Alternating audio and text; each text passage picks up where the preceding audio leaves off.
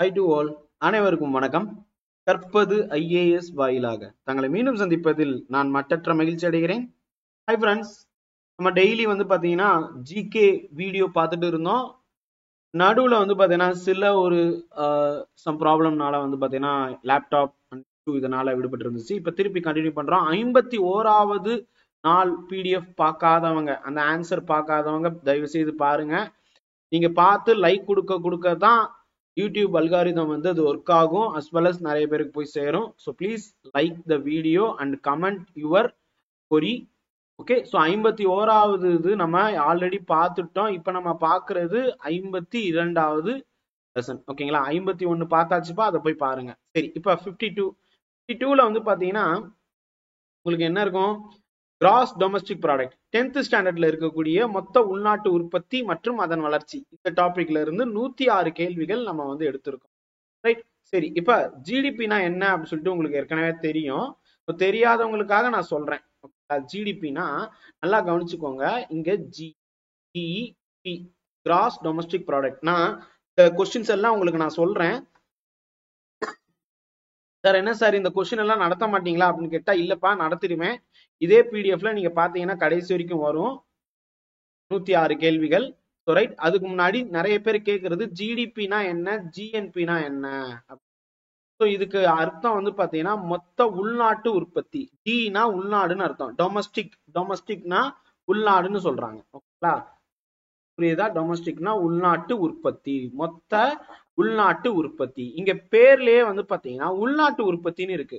அப்ப இப்ப இந்தியா இருக்குன்னா இந்த இந்தியாவுல வெளிநாட்டுக்காரங்களும் இங்க இருப்பாங்க. இப்ப விசாகப்பட்டினத்துல எடுத்துக்கிட்டீங்கன்னு வச்சுக்கோங்க, அந்த ஏரியாவில பாத்தீங்கன்னா ஏதோ ஒரு ரெட்மி, ஓப்போ, இந்த மாதிரி ஒரு ஃபாரின் கம்பெனி, சைனீஸ் கம்பெனி இருப்பாங்க. ஓகேங்களா, இப்ப சென்னையில எடுத்துக்கிட்டீங்கன்னா சாம்சங் கம்பெனி இருக்கு. ஓகே, ஃபாக்ஸ்கான், இந்த மாதிரி சொல்லலாம். ஓகேங்களா, அவங்களோட உதிரி பாகம்லாம் பண்றாங்க. ஸோ அப்ப அங்க வேலை பார்க்கக்கூடிய ஏதோ ஒரு வெளிநாட்டு நபர் இருப்பார்ல, அவர் ஏதோ ஒரு சேலரி வாங்கிட்டு இருப்பார்ல, அது மூலியமா ஒரு ஜிடிபி ஜென்ரேட் ஆகும். பாத்தீங்களா, அது எங்க சேரும் அப்படின்னு கேட்டா அது இந்தியாவுக்கு தான் சேரும், அந்த வெளிநாட்டுக்காரங்க சேராது. சோ இப்ப ஜிடிபில மொத்த உள்நாடுன்னு சொல்லியிருக்கிறாங்க. அப்ப உள்நாடுனா என்ன அர்த்தம்னா, இந்தியாவுக்குள்ள என்னென்ன நடக்குதோ அதெல்லாம் இந்த ஜிடிபிக்குள்ள வரும். அப்ப ஜிஎன்பினா என்ன சார் அப்படின்னு கேட்டா, மொத்த தேசிய உற்பத்தி. இப்ப இங்க தேசியம் என்றால் அது ஒரு மைண்ட்ஃபுல்லானது, மனதளவில் இருக்கக்கூடியது. தமிழ் தேசியவாதம்னு சொல்றாங்க. அப்படி ஏதாவது ஒரு நாடு இருக்கானா? இல்ல. நாட்டுக்கு எல்லை உண்டு, தேசியத்துக்கு எல்லை இல்லை. ஓகேங்களா, சோ நாடு அப்படின்னு சொல்லும் போது உள்நாடு அப்படின்னு சொன்னா அதுக்கு எல்லைகள் உண்டு, பவுண்டரி இருக்கும். ஆனா தேசியம் என்பதற்கு பவுண்டரி இருக்காது. ஓகேங்களா, சோ இங்க ஜிடிபி அப்படின்னு சொல்லும் போது எங்கே உற்பத்தி நடக்குதுங்கிறது தான் கேள்வி. அதாவது இந்தியா, இப்ப நம்ம இந்தியாவோட ஜிடிபி பாக்குறதுனால இந்தியா அப்படின்னு சொல்லிட்டு வரும். ஓகேங்களா, அதுவே ஜிஎன்பி சொல்லும் போது யார் உற்பத்தி செய்யறாரு அப்படிங்கிறது தான் வரும். ஓகேங்களா, இது இந்தியர்கள் அப்படின்னு சொல்லிட்டு வரும், இந்தியர்கள் அப்படின்னு சொல்லிட்டு வரும். சோ அப்ப இந்தியர்கள், அமெரிக்காவில் ஒருத்தர் இருப்பாரு சுந்தர் பிச்சை, அவர் தஞ்சாவூர்ல பாத்தீங்கன்னா இல்ல மதுரையில பாத்தீங்கன்னா அவங்க தாத்தா பாட்டிக்காக ஏதோ சில அவங்க அப்பா அம்மாவுக்காகவோ இல்ல தாத்தா பாட்டிக்காகவோ இல்ல அவங்களுடைய பூர்வீகத்துல இருக்கக்கூடிய யாரோ ஒருத்தருக்கு சில ஏதோ ஒரு ஃபண்ட் கொடுக்குறாருன்னு வச்சுக்கோங்க. அது எங்க சேரும் அப்படின்னு கேட்டா, இங்க பாருங்க, அவர் இங்க அனுப்புறாரு, அங்க வேலை பார்த்து இங்க அனுப்புறாரு. ஓகேங்களா, சோ அப்ப அதெல்லாம் ஜிஎன்பில வரும். ஓகேங்களா, புரியுதா? அவங்க தாத்தா பாட்டி செலவு பண்றது ஜிடிபில வரும். இது எல்லாமே உங்களுக்கு புரிதலுக்காக சொல்றேன். ஓகேங்களா, ஒரு வெளிநாட்டுக்காரர், அவர் ஒரு இந்தியர், இந்திய பூர்வீகத்தை சேர்ந்தவர்.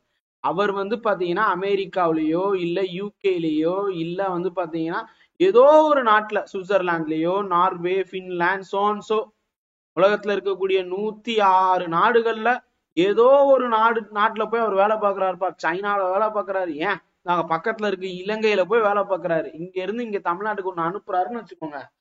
அதெல்லாம் ஜிஎன்பிக்குள்ள வரும். புரியுதா உங்களுக்கு? அப்ப மொத்த தேசிய வளர்ச்சி இல்லைன்னா தேசிய உற்பத்தி அப்படின்னு சொல்லும் போது யார் அப்படின்னு வரும்? இந்தியர்கள். பல நாடுகள் இருக்கக்கூடிய, எல்லா உலகம் ஃபுல்லா இருக்கக்கூடிய இந்தியர்களுடைய இதெல்லாம் டிஎன்பியில கால்குலேட் பண்ணுவாங்க. ஜிடிபின்னு சொல்லும் போது நீங்க யார் அப்படிங்கிறது முக்கியம் கிடையாது, ஆனா இந்தியாவுக்குள்ள இருக்கீங்களா என்பதுதான் முக்கியம். இந்தியாவுக்குள்ள காஷ்மீர் முதல் கன்னியாகுமரி வரை, இங்க வந்து குஜராத்ல வந்து பாத்தீங்கன்னா அங்க ஆரம்பிச்சு அருணாச்சல பிரதேசம் வரைக்கும், ஓகேங்களா.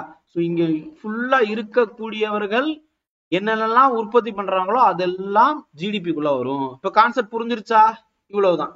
ஸோ இப்போ கொஸ்டின் ஆன்சருக்குள்ள போயிடலாமா? ஏன்னா ஜிடிபி அப்படின்னு சொல்லும் போது இதை பேஸ் பண்ணி மோஸ்ட்லி இருக்கும், ரைட். மற்ற கான்செப்ட் எல்லாம் step by step school book படிச்சீங்கனாலே உங்களுக்கு புரிஞ்சிடும், ரைட். சரி, இப்ப ஒரு பொருளாதாரத்தில் மொத்த உள்நாட்டு உற்பத்தி எதை அளவிடுகிறது?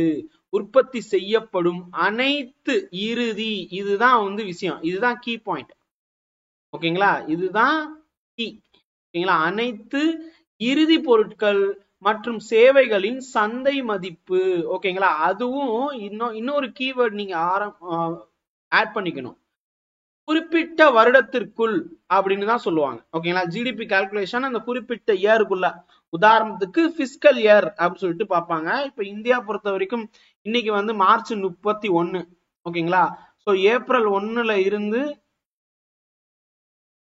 மார்ச் 31 வரைக்கும் இதுதான் வந்து நிதி ஆண்டு அப்படின்னு சொல்லுவாங்க, பிஸ்கல் இயர்,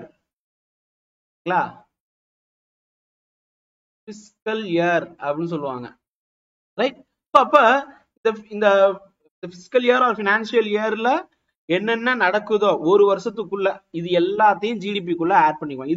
இந்த பிஸ்கல் இயர் வந்து பாத்தீங்கன்னா ஒவ்வொரு நாட்டுக்கும் மாறுபடும்பா. நம்ம இந்தியாவுக்கு பிரிட்டன், இந்தியா இந்த மாதிரியான நாடுகளுக்கு ஏப்ரல் 1ல இருந்து 31 மார்ச் வரைக்கும் கால்குலேட் பண்றாங்க. இன்னைக்கு வந்து 31 மார்ச் இந்த வீடியோ நான் பண்ற டேட். அப்ப பினான்சியரோடைய கடைசி நாள், ஓகேங்களா. இன்னைக்கு பேங்க் எல்லாம் ரம்ஜானாவே இருந்தாலும் பேங்க் எல்லாம் நடந்துச்சு. காரணம் என்னன்னா இன்னைக்கு வந்து பேங்க் வந்து இருக்கு, நாளைக்கு bank leave, so financial holiday அப்படின்னு சொல்லிட்டு இருக்கும்.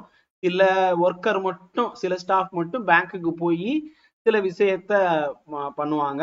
மோஸ்ட்லி லீவ் இருக்கும் பேங்க் நாளைக்கு, செவ்வாய்க்கிழமை பாத்தீங்கன்னா உங்களுக்கு தெரியும், ரைட். ஸோ இப்ப புரிஞ்சிருச்சா உங்களுக்கு? பிஸ்கல் இயர்ல நடக்கிறது. ஸோ அப்ப ஜிடிபி அப்படிங்கிறது அந்த குறிப்பிட்ட நாட்டுக்குள், கண்ட்ரி எல்லை, அந்த எல்லைக்குள் யாரெல்லாம் உற்பத்தி செய்யப்படும் அனைத்து ஆல் இறுதியான final goods and service at the market price, அதுதான் கொடுத்திருப்பாங்க இங்கிலீஷ்ல.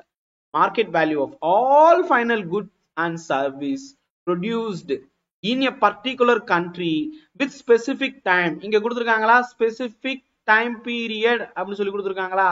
இங்க பாருங்க, சரிங்களா. ஒரு நாட்டிற்குள் ஒரு ஜிடிபி என்பது ஒரு குறிப்பிட்ட காலத்தில் இங்க கொடுத்திருக்காங்களா? அப்ப அந்த குறிப்பிட்ட காலத்துல என்ன அர்த்தம்னா இந்த வருஷம். ஒரு நாடு, இங்க நம்ம வந்து இந்தியாவை பார்க்கிறோம், ஓகேங்களா. இந்தியாவுக்குள் இந்தியர்கள் கிடையாது, இந்தியாவுக்குள் யார் யார் இருக்காங்களா வெளிநாட்டுக்காரங்க இருந்தா கூட உள்ள வரும். அதனாலதான் நான் வந்து ரெட்மி சொன்னேன், ஓகேங்களா.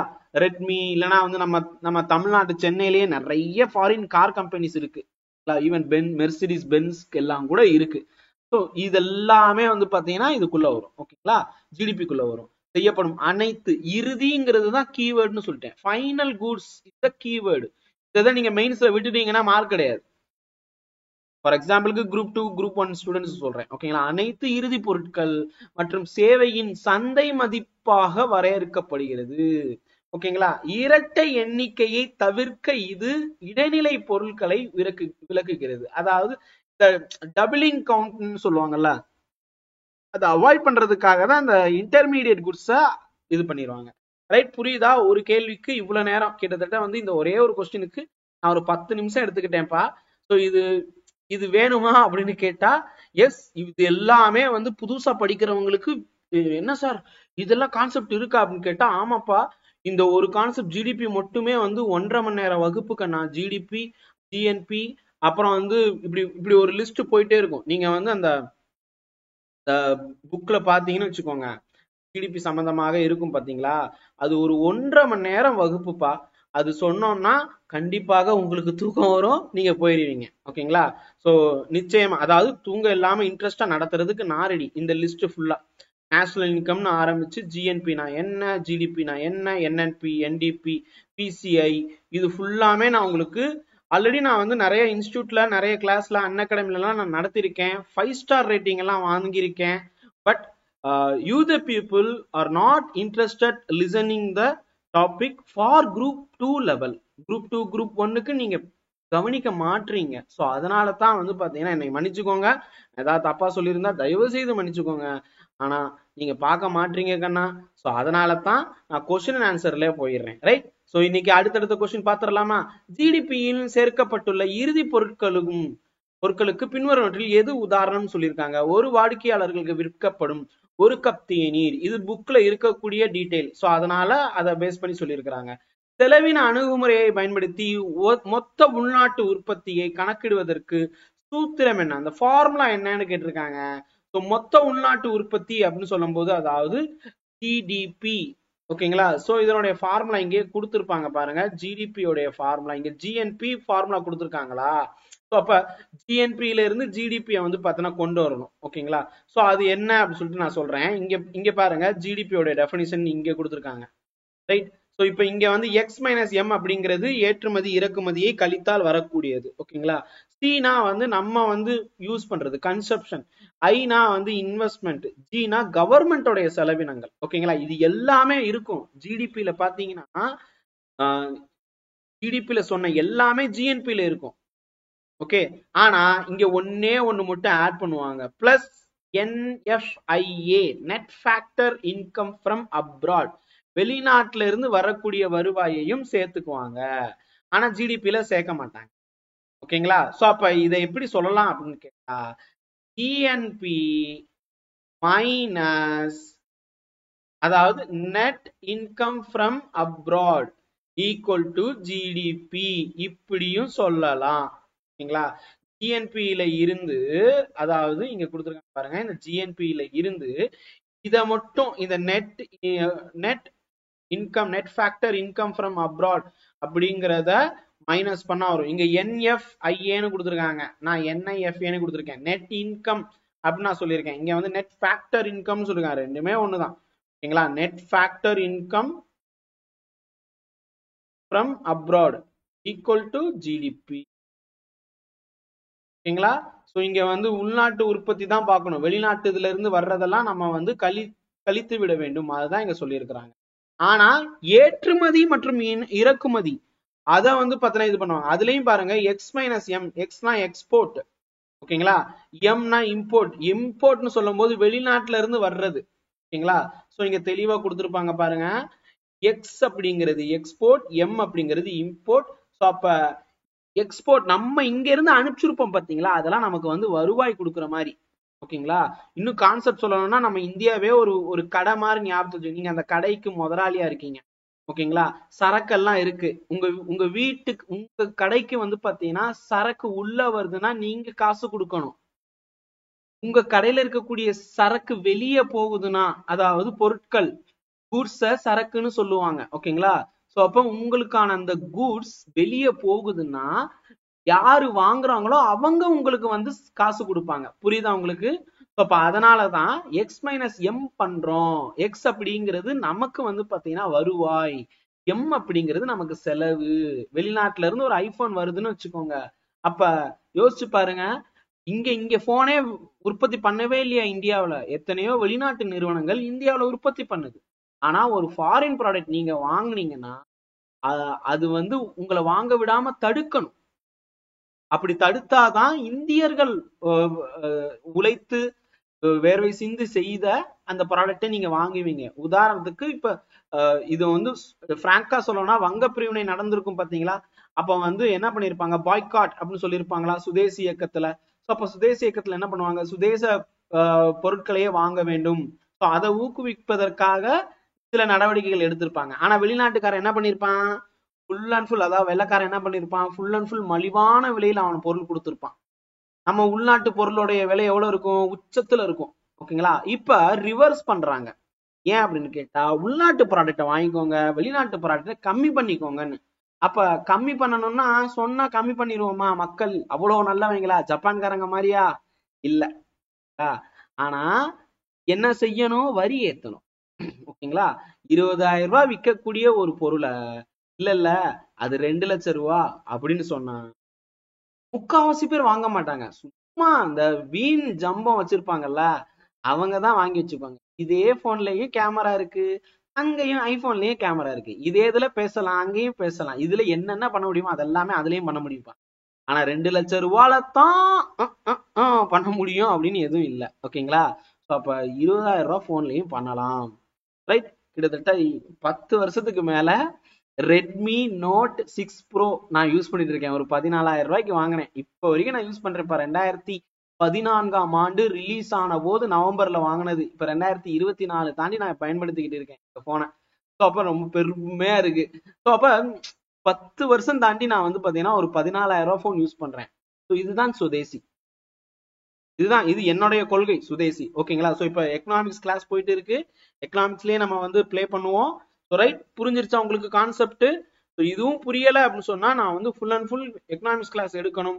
எக்கனாமிக்ஸ் கிளாஸ் எடுக்கிறதுக்கு டெடிகேட்டிவா இருக்கக்கூடிய, அதாவது தன்னை தானே அர்ப்பணித்து கொண்ட குரூப் 4க்காக நான் படிக்கிறேன், எக்கனாமிக்ஸ்க்காக நான் எக்கனாமிக்ஸை வந்து நான் மண்டையில உள்ள வச்சுக்கணும், புரிஞ்சு படிக்கணும் அப்படின்னு நினைக்கக்கூடியவங்க ஒரு 10 பேர் இருந்தீங்கன்னா டெஃபினட்டா நான் ஜூம்ல கிளாஸ் எடுக்கிறேன். யூடியூப்ல டெஃபினட்டா எடுக்க மாட்டேன். ஏன்னா மதிப்பு இல்லை. ஓகேங்களா? ஜிடிபிக்கு மதிப்பு வேண்டும், ஸோ கிளாஸுக்கு மதிப்பு வேண்டும். ரைட்? ஸோ அப்ப இதுதான் answer. Option B is the right answer. இங்க பாத்துக்கோங்க, CIGX-M. ரைட்? அடுத்தது, இடைநிலை பொருட்கள் மொத்த உள்நாட்டு உற்பத்தியில் கணக்கீடிலிருந்து ஏன் விலக்கப்படுது? ஏன்னா டபுளிங் பண்ணிடக்கூடாது, அவற்றின் மதிப்பு ஏற்கனவே இறுதி பொருட்கள்ல சேர்க்கப்பட்டிருக்கு, அதனால இது பண்ணிடக்கூடாதுங்கிறதுக்காக தான் பண்ணிருக்காங்க. டபுளிங் கவுண்டிங் பண்ணிடக்கூடாதுங்கிறதுக்காக பண்ணிருக்காங்க. எக்ஸாக்டா வேணும்ல, ஒவ்வொரு இதுக்கும் நமக்கு வேணும்ல, அதனால அந்த இன்டர்மீடியட் பொருள் பண்ணல. அது என்ன சார் இன்டர்மீடியட் பொருள்லாம் என்ன அப்படின்னு கேட்டா, இப்போ ஒரு காஃபி வந்து பாத்தீங்கன்னா ஃபைனல் குட் அப்படின்னு எடுத்துக்கிறோம்னு வச்சுக்கோங்க. காஃபில பால் இருக்கும், சர்க்கரை இருக்கும், தண்ணி இருக்கும். ஓகேங்களா? சோ காஃபில, ஏன்னா பால்ல தண்ணி மிக்ஸ் பண்ணிருப்பாங்க. ஓகேங்களா? சர்க்கரை இருக்கும், அப்புறம் வந்து காஃபி பவுடர் இருக்கும், தண்ணியும் இருக்கும். ஓகேங்களா? சம் லிக்விட் இருக்கும். ஸோ அப்ப இந்த வாட்டரை கூட நீங்க வந்து விட்டுட்டீங்கன்னா கூட இந்த 3 இது இருக்கும். இந்த 3ம் தனித்தனி பொருள். ஓகேங்களா? இப்ப காஃபியை தான் நான் வந்து இறுதி பொருளாக நான் எடுத்துக்கணும்னா இந்த பொருளையும் நான் சேர்த்துக்கிட்டா இது வந்து கிராஸ் செக் ஆகும்ல, உங்களுக்கு 2 தடவை சர்க்கரை எடுத்துக்கிட்ட மாதிரி ஆயிடும். ஓகேங்களா? சோ அதனால நம்ம அது பண்றது இல்ல. ஓகேங்களா? சோ நம்ம இல்ல, மோஸ்ட்லி பண்ண மாட்டாங்க அதை. ரைட்? 5வது கேள்வி, இவற்றில் எந்த செயல்பாடு மொத்த உள்நாட்டு உற்பத்தியில் சேர்க்கப்படாது அப்படின்னு கேட்டிருக்காங்க. ஒரு இல்லத்தரசி தனது குடும்பத்திற்காக சமைக்கிறார் அப்படின்னு சொல்லிருக்காங்க. ஏதாவது சேலரி கொடுக்குறோமா, அப்படியே கொடுத்தாலும் அது கணக்குல வராது. ஓகேங்களா? வீட்டு தொழிலாளியின் சமையல் வந்து பாத்தீங்கன்னா கணக்கில் வரவே வராது, ஜிடிபியில வராது. ஆனா ஒரு ஃபாரின்காரன் வந்து பாத்தீங்கன்னா இந்தியாவில ஒரு ஒரு ஹோட்டல் நடத்திக்கிட்டு இருக்காரு, இந்தியாவில வந்து ஒரு செஃப்பா இருக்கிறாருன்னா அது வந்து ஜிடிபியில வரும். ஆனா வீட்டுல இருக்கக்கூடிய வீட்டம்மாவுடையது வரவே வராது. ரைட்? தேசிய வருமானம் மற்றும் பின்வரும் கூற்றுகளில் எது சரியானது? நேஷனல் இன்கம் பத்தி கேட்டிருக்காங்கப்பா. இதுல வந்து பாத்தீங்கன்னா ஒரு வருடத்தில், இதான் சொன்னேன்னா, அந்த பொருளாதாரத்துல உற்பத்தி செய்யப்படும் பொருட்கள் மற்றும் சேவைகளின் மொத்த பணம் தான் இங்க தேசிய வருவாய். நேஷனல் இன்கம் அப்படின்னு சொல்லிட்டு வரும்போது அதுக்குள்ள வந்து பாத்தீங்கன்னா இது எல்லாமே வந்துடும். ஓகேங்களா? சோ நீங்க வந்து இன்னும் தெளிவாக தெரிஞ்சுக்கணும் அப்படின்னு கேட்டா நீங்க டெஃபினட்டாக எப்படி வந்து பாலிட்டிக்கல் லக்ஷ்மிகாந்தோ அதே மாதிரி ரமேஷ் சிங் புக் பாருங்க, இல்லைன்னா சங்கர் கணேஷ் அப்படின்னு ஒரு ஆத்தர் இருப்பார், அவருடைய புத்தகம் தமிழ்லையும் அவைலபிளா இருக்கு, அதை படிங்க, இன்னும் சிறப்பா இருக்கும். இல்லைன்னா டெடிகேட்டட் கிளாஸஸ் வந்து பாத்தீங்கன்னா கொடுக்கறதுக்கு முயற்சி செய்யறேன். ஜூம்ல ஒரு கிளாஸ் கொடுக்க ட்ரை பண்றேன். ஏன்னா அப்பதான் உங்களோட நான் இன்டராக்ட் பண்ணிக்க முடியும். ஒரு கிளாஸ் 1.5 மணி நேரம் போனாலும் உட்காந்து கவனிக்க முடியும் என்றால் சரி. சரி சரி இப்ப ஜிடிபி பத்தி பார்த்துட்டு இருக்கோம். ஜிடிபியில வந்து இது என்னென்ன வரும் அப்படின்னு கேட்டா ஃபர்ஸ்ட் பாயிண்ட் வந்துடும், இது மொத்த தேசிய உற்பத்தி, அதாவது ஜிஎன்பி என்றும் அழைக்கப்படுகிறது. ஏன்னா தேசிய வருமானம் அப்படிங்கிறது ஜிஎன்பியும் சொல்லுவாங்க. ஏன்னா எல்லாமே சேர்ந்துரும். இந்தியர்களும் உள்ளக்குள்ள, இந்தியர் எங்கெங்கெல்லாம் உலக லெவல்ல இந்தியர்கள் இருக்கிறாங்க அவங்க எல்லாருமே வந்துருவாங்க. இதுல வெளிநாட்டுக்காரங்க வரமாட்டாங்க, இந்தியன்ஸ் மட்டும்தான் இருப்பாங்க ஜிஎன்பிக்குள்ள. ஸோ அதனால தேசிய வருமானம் என்னன்னு சொல்லிட்டு நமக்கு எக்ஸாக்டா தெரிஞ்சு. ரைட்? சரி, மத்த ரெண்டும் வராதுப்பா. அடுத்தது மொத்த தேசிய உற்பத்திக்கான ஜிஎன்பி சூத்திரம் என்ன அப்படின்னு சொல்லி இங்க பாருங்க. இதுல 1 ஜிடிபியோட இங்க GNB equal to GDP plus வெளிநாட்டு நிகர வருமானம் அப்படின்னு சொல்லியிருக்கோமா. நம்ம இதுக்கு முன்னாடி ஃபர்ஸ்ட் கொஸ்டின்ல என்ன சொல்லியிருந்தோம், GDP equal to ENP minus என்எஃப்ஐஏன்னு சொல்லியிருந்தோமா. அப்ப இது ரெண்டும் இதுவும் ஒண்ணு தானே. ஏன்னா இங்க ரெண்டையும் நம்ம மாத்தி போட்டிருக்கோம். மாத்தி போட்டா சைன் மாறணும். ஓகேங்களா, மாத்தி போட்டா சைன் மாறணும், மாத்தி போடலாம் சைன் மாறக்கூடாது. மேக்ஸ்ல பாப்பீங்க, ரைட். சோ இப்ப இதுவும் வந்துடும். இது வந்து பாத்தீங்கன்னா இது ஜிஎன்பிக்கு வருமா, இது வந்து ஜிடிபிக்கானது. இங்க ஜிஎன்பி என்என்பி என்என்பி பிளஸ் தேய்மானம்னு கொடுத்துருக்காங்க. எப்படி பிளஸ் தேய்மானம் வரும், ஓகேங்களா. சோ வெளிநாட்டினர் உள்நாட்டில் ஈட்டிய வருமானத்தை விளக்குகிறது அப்படின்னு சொல்லி கொடுத்துருக்காங்க ஜிஎன்பி. ஸோ அப்ப 1 and 4 தான் வரும். ஓகேங்களா, அதுக்கான இது கொடுத்துருப்பாங்க பாருங்க, எக்ஸ்பிளனேஷன் கொடுத்துருக்கேன். ரைட், இங்க பாருங்க எப்படி தேய்மானம் வந்து பிளஸ் எப்படி ஆகும், மைனஸ் தான் ஆகும். ரைட்டா, நிகர தேசிய உற்பத்தி என்என்பி நெட் நேஷனல் ப்ராடக்ட் அப்படின்னு சொல்லுவாங்க. ஓகேங்களா, சோ இந்த என்என்பி என்டிபி என்என்பின்னு சொல்லுவாங்க. ஓகே, சோ என்டிபி அப்படின்னா ஜிடிபியில இருந்து டெப்ரிசியேஷனை மைனஸ் பண்ணணும். ஓகேங்களா, அது என்ன டெப்ரிசியேஷன்னா வியர் அண்ட் டேர் அப்படின்னு சொல்லிட்டு ஆங்கிலத்தில் சொல்லுவோம், டேர்னு சொல்லுவாங்க. ஓகேங்களா, இப்போ ஒரு பைக் வாங்குறீங்க, அது ஒரு 2 லட்சம் ரூபா போட்டு வாங்குறீங்க. ஒரு பைக், ஒரு சூப்பர் பைக்குப்பா அப்படின்னு சொல்லிட்டு வாங்குறீங்க. ஒரு 5 மாசம் கழிச்சு அதே பைக்கை நீங்க 2 லட்சம் ரூபாய்க்கா விற்க முடியும்? இல்ல, குறையும். பாத்தீங்களா, ஏன் குறையுது, ஏன்னா நம்ம யூஸ் பண்ணிக்கிட்டோம். அதுதான் தேய்மானம். ஓகேங்களா, சோ அப்ப நிகர நாட்டு உற்பத்தி இல்ல நிகர தேசிய உற்பத்தி அப்படின்னு சொல்லும் போது இங்க உள்நாடுன்னு இல்ல, ஜிடிபி பத்தி பேசல, என்என்பி பத்தி பேசும். அப்ப நெட் நேஷனல் ப்ராடக்ட் அப்படின்னு சொல்லும் போது அப்ப கிராஸ் நேஷனல் ப்ராடக்டோட தேய்மானத்தையும் கழித்தோம்னா நமக்கு நிகரன்னு வந்துடும். இப்ப நிகர அப்படின்னு சொன்னாலே, நெட் நிகர என்ற வார்த்தை வந்து விட்டாலே நிச்சயமாக தேய்மானத்தை கழித்து விட வேண்டும். அப்ப இது சரி. இது மூலதன சொத்துக்களின் தேய்மானத்தை கணக்கிடுகிறது அப்படின்னு சொல்லி கொடுத்துருக்காங்க. ஆமா, அதான் நான் சொன்னேன்ல, பைக்கு தான் இங்க மூலதனம், அதுல இருந்து தேய்மானத்தை இது பண்றோம். ஓகேங்களா, அதுதான் வரும். ரைட், அடுத்தது ரொம்ப முக்கியமா பாருங்க, என்என்பி சந்தை விலையில் தேசிய வருமானம் என்று அழைக்கப்படுகிறது. என்என்பி எப்படி தேசிய வருமானம், ஓகேங்களா. சோ இங்க வந்து என்என்பி நெட் நேஷனல் ப்ராடக்ட், இங்க ஜிஎன்பி தான் வந்து தேசிய வருமானம்னு சொல்லுவோம். என்என்பி எப்படி சொல்ல முடியும், இது மறைமுக வரிகளை விலக்குகிறதுன்னு கொடுத்துருக்காங்க. இல்ல, தவறுதான். ஓகேங்களா, சோ அதனால 1 and 2 மட்டும்தான் வரும். ரைட், அடுத்தது மொத்த உள்நாட்டு உற்பத்திக்கும் என்டிபிக்கும், இங்க மொத்த உள்நாட்டு உற்பத்தினா ஜிடிபி, ஜிடிபிக்கும் என்டிபிக்கும், என்டிபினா நெட் டொமஸ்டிக் ப்ராடக்ட்னு இருக்கும். ஸோ இப்போ இதுக்கு ரெண்டுத்துக்கும் இருக்கக்கூடியது எது, தேய்மானத்தை கழிச்சிருக்காங்களா, ஸோ அப்போ இது வரும்.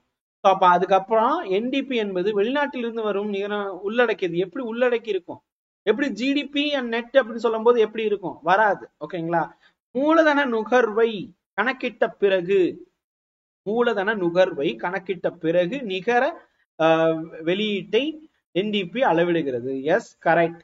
அப்ப இந்த 2 தான் வரும். என்டிபி எப்போதும் ஜிடிபி விட அதிகமாக இருக்கும்னு சொல்லியிருக்காங்க. இப்ப ஜிடிபியில இருந்து இப்போ ஏதோ ஒரு விஷயம், இதுதான் ஜிடிபின்னு வச்சுக்கோங்க, 100 அப்படிங்கிறது தான் ஜிடிபி, அதுல இருந்து தேய்மானம் மைனஸ் பண்றாங்க. இப்ப தேய்மானம்ங்கிறது வந்து பாத்தீங்கன்னா ஒரு 2ன்னு வச்சுக்கோங்க. அப்ப என்டிபி இருக்கு, என்டிபி தானே இது வரும். ஸோ என்டிபி வந்து பாத்தீங்கன்னா அகைன் 100 வராது. எப்படி என்டிபி ஏதோ ஒரு வேல்யூ இருக்கும் பாத்தீங்களா. அப்ப 100லிருந்து 2 கழிச்சிங்கன்னா எக்ஸ் வந்து பாத்தீங்கன்னா எவ்வளவு இருக்கும், 98 தான் இருக்கும். எக்ஸ் வந்து பாத்தீங்கன்னா எப்படி இருக்கும், என்டிபி எவ்வளவு இருக்கும், 98 தான் இருக்கும். ஸோ அப்ப இது ரெண்டும் வந்து பாத்தீங்கன்னா என்னன்னு சொல்றாங்க, என்டிபி அப்படின்னு சொல்றது கம்மியா இருக்கும், ஜிடிபி தான் கூட இருக்கும்.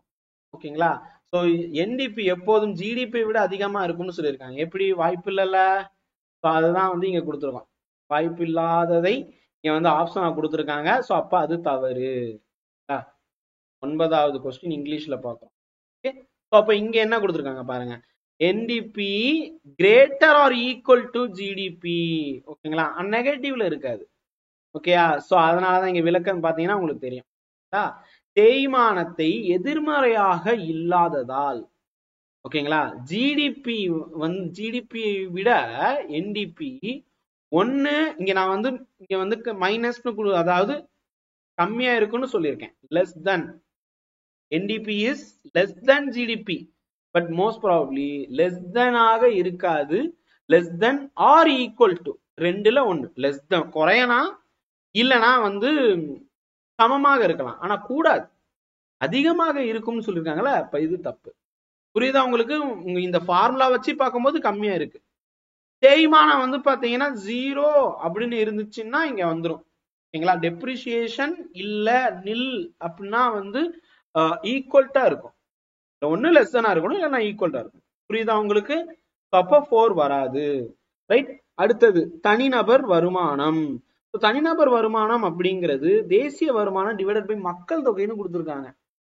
நேஷனல் இன்கம் டிவைடட் பை மக்கள் தொகை. இங்க பாருங்க, உங்களுக்கு இருக்கும் national income divided by population அப்படிங்கிறது பெர் கேபிட்டா இன்கம். ஓகேங்களா?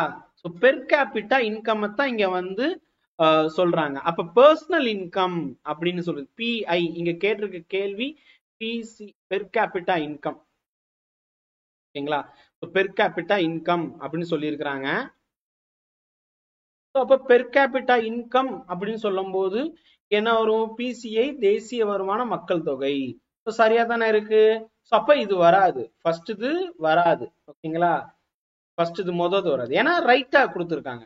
ரைட். அடுத்தது பாருங்க, இது ஒரு நாட்டிற்குள் வருமானம் சமத்துவமின்மையை பிரதிபலிக்கிறது. அதாவது it reflects income inequality within a country அப்படின்னு சொல்லி இருக்கிறாங்க. இது பாத்தீங்கன்னா ராங். இன்இக்வாலிட்டி இல்ல. இது பாத்தீங்கன்னா does not show the inequality. Right. So அதனால இது ஒண்ணு. அடுத்தது தாதாபாய் நவ்ரோஜி முதலில் இது பண்ணிருக்காரு, கணக்கிட்டார் அப்படின்னு சொல்லிட்டு வருது பாத்தீங்களா? இப்ப அதுக்கு தாதாபாய் நவ்ரோஜி நேஷனல் இன்கம் பத்தி சொல்லியிருப்பாரு. ஓகேங்களா? நேஷனல் இன்கம் அதான் இங்க கொடுத்துருப்பாங்க பாருங்க, பிக்சர்ல கொடுத்துருப்பாங்க. அவர் பாத்தீங்கன்னா national income, per capita income இதை பத்தி சொல்லியிருப்பாங்க. சாரி, பெர் கேபிட்டா இன்கம் பத்தி. நேஷனல் இன்கமும் இதுவும் லைட்டா கன்ஃபியூஸ் ஆயிட்டேன். ஓகேங்களா? பிகாஸ் ஏன் அப்படின்னு கேட்டா, நேஷனல் இன்கம்ல இருந்து தானே பாப்புலேஷனை வகுத்தோம்னா நமக்கு கிடைக்கும். அதனாலதான் இந்தியா ரொம்ப கம்மியா இருக்கும் பெர் கேபிட்டா இன்கம்ல. சிங்கப்பூர், ஈவன் ஸ்ரீலங்கா கூட பாத்தீங்கன்னா நம்மளை விட அதிகமா இருக்கும், ஏன்னா பாப்புலேஷன் கம்மி. ஸோ அதனால ஓகேங்களா, 100 ரூபா இருக்கு, நம்மளுடைய பாப்புலேஷனே 100 பேர்னு சொல்லும் போது ஒண்ணுதான் வரும். அதுவே 100 ரூபா இருக்கு, ஸ்ரீலங்காவோட பாப்புலேஷன் வெறும் 10 தான். அப்ப ஸ்ரீலங்காவுக்கு அதிகமா இருக்கும்ல, சிங்கப்பூருக்கு அதிகமா இருக்கும்ல. ஓகேங்களா? So right. சோ அவருடைய புக்ல இதை பத்தி சொல்லியிருக்காரு. ரைட்டா? சோ இப்ப இதுவும் ரைட்டு தான், இந்த ரெண்டும் ரைட்டு தான். சோ அதனால இது வராது. பிசிஐ பெர் கேபிட்டா இன்கம் சம்பாதித்த வருமானத்தை மட்டுமே உள்ளடக்கியதுன்னு கொடுத்து. ஸோ இப்ப பெர் கேபிட்டா இன்கம் அப்படின்னு சொல்லும் போது எப்படி சம்பாதித்த வருமானத்தை, அதாவது ஏர்ன்டு இன்கம் மட்டும் எப்படி தனிநபர் இதுல வரும்? ஏர்ன்டு இன்கம் எப்படி பெர் கேபிட்டா இன்கம்? தேசிய வருமானத்திலிருந்து பாப்புலேஷன் கம்மி டிவைட் பண்றதுனால எல்லாருடைய ஒரு இந்தியாவின் பெர் கேபிட்டா இன்கம் எவ்வளோ அப்படின்னு சொல்லிட்டு நீங்க கால்குலேட் பண்ணீங்கன்னா வரும், வேல்யூ கிடைக்கும். அதுவும் அந்த வருஷத்தை வச்சு சொல்லுவாங்க எவ்வளவு ஆயிருக்கு அப்படின்னு சொல்லிட்டு. அது டாலர்ல சொல்லுவாங்க, இல்ல இந்திய ரூபாயில சொல்லுவாங்க.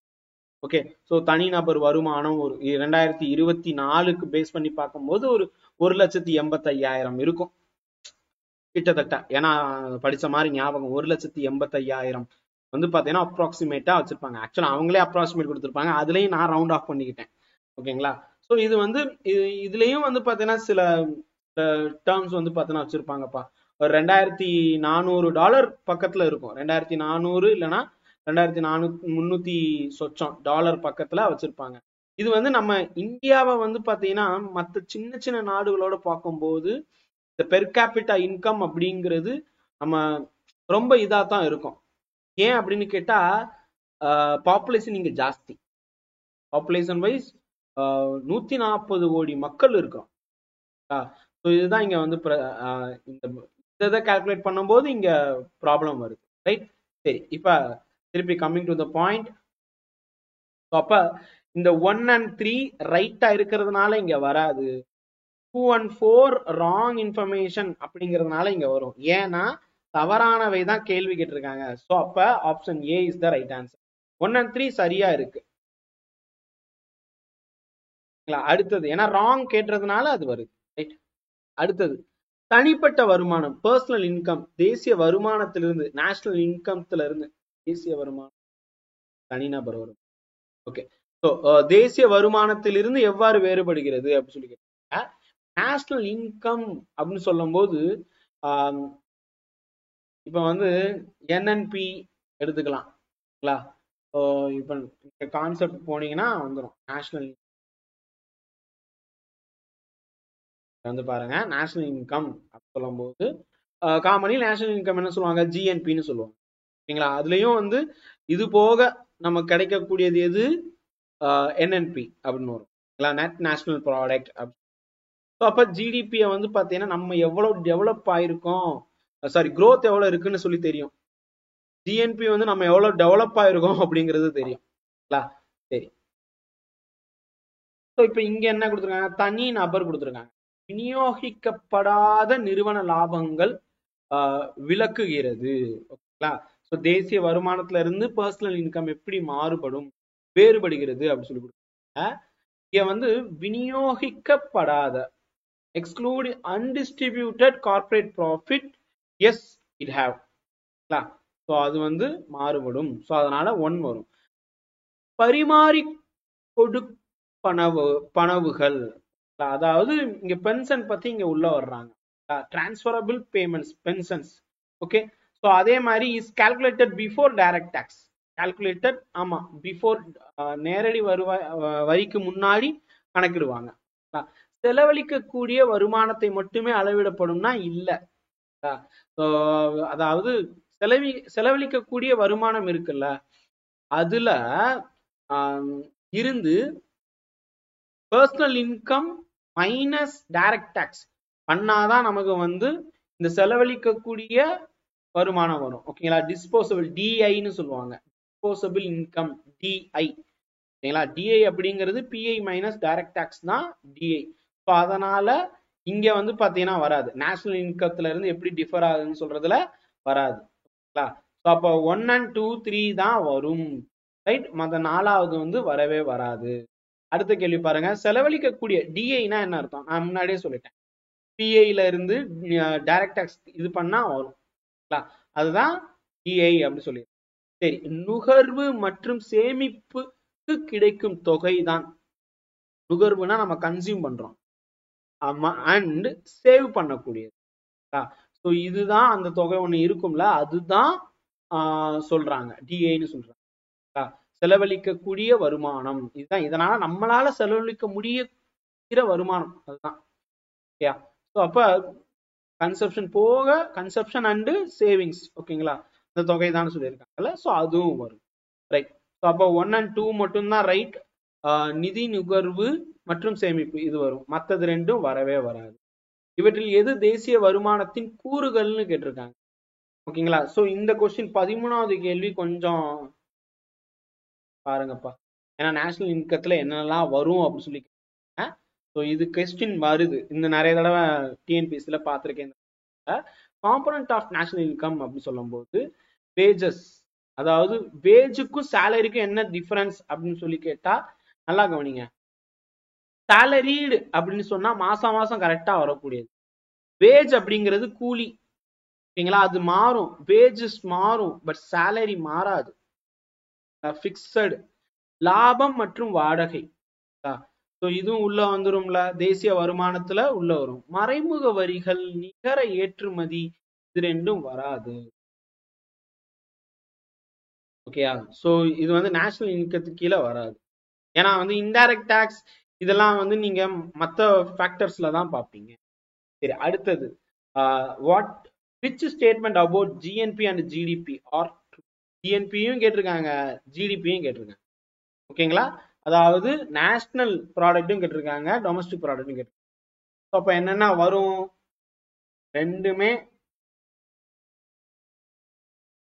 மொத்த உள்நாட்டு மற்றும் மொத்த தேசிய உற்பத்தி. இங்க தேசியன்னு மாத்திக்கோங்கப்பா, தேசிய உற்பத்தி.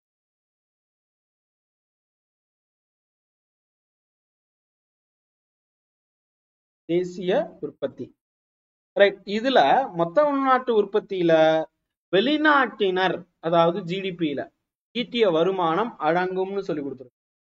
ஜிடிபியில ஃபாரினருடையது அடங்கும். ஆமா, ரைட்.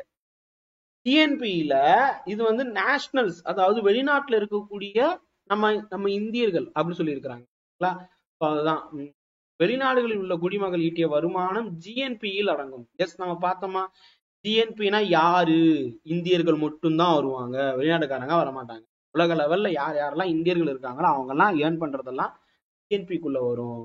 ஜிடிபிங்கிறது இந்தியாவுக்குள்ள யாரு ஏர்ன் பண்ணாலும், அது இந்தியர்களா இருக்கலாம், வெளிநாட்டவரா இருக்கலாம், எல்லாருமே ஜிடிபிக்குள்ள வரும். சொல்லியிருந்தேனா? அதேதான். Okay, so first 2 statement correct. இந்தியாவை பொறுத்தவரை மொத்த உள்நாட்டு உற்பத்தி எப்போதும் ஜிஎன்பியை விட அதிகமாக இருக்கும். இப்ப யோசிச்சு பாருங்க, நம்ம இந்தியாவில ஜிடிபியை விட ஜிஎன்பி அதிகமா இருக்கும். ஓகேங்களா? இங்க அப்படியே மாத்தி கொடுத்துருக்காங்க. ஜிடிபி இஸ் ஆல்வேஸ் ஹையர் தென் ஜிஎன்பின்னு கொடுத்துருக்காங்க. நம்ம இந்தியாவில வெளிநாட்டுல இருந்து வர்றவங்க இதெல்லாம் உள்ள வரும்ல, அப்ப எப்படி இருக்கும் யோசிச்சு பாருங்க.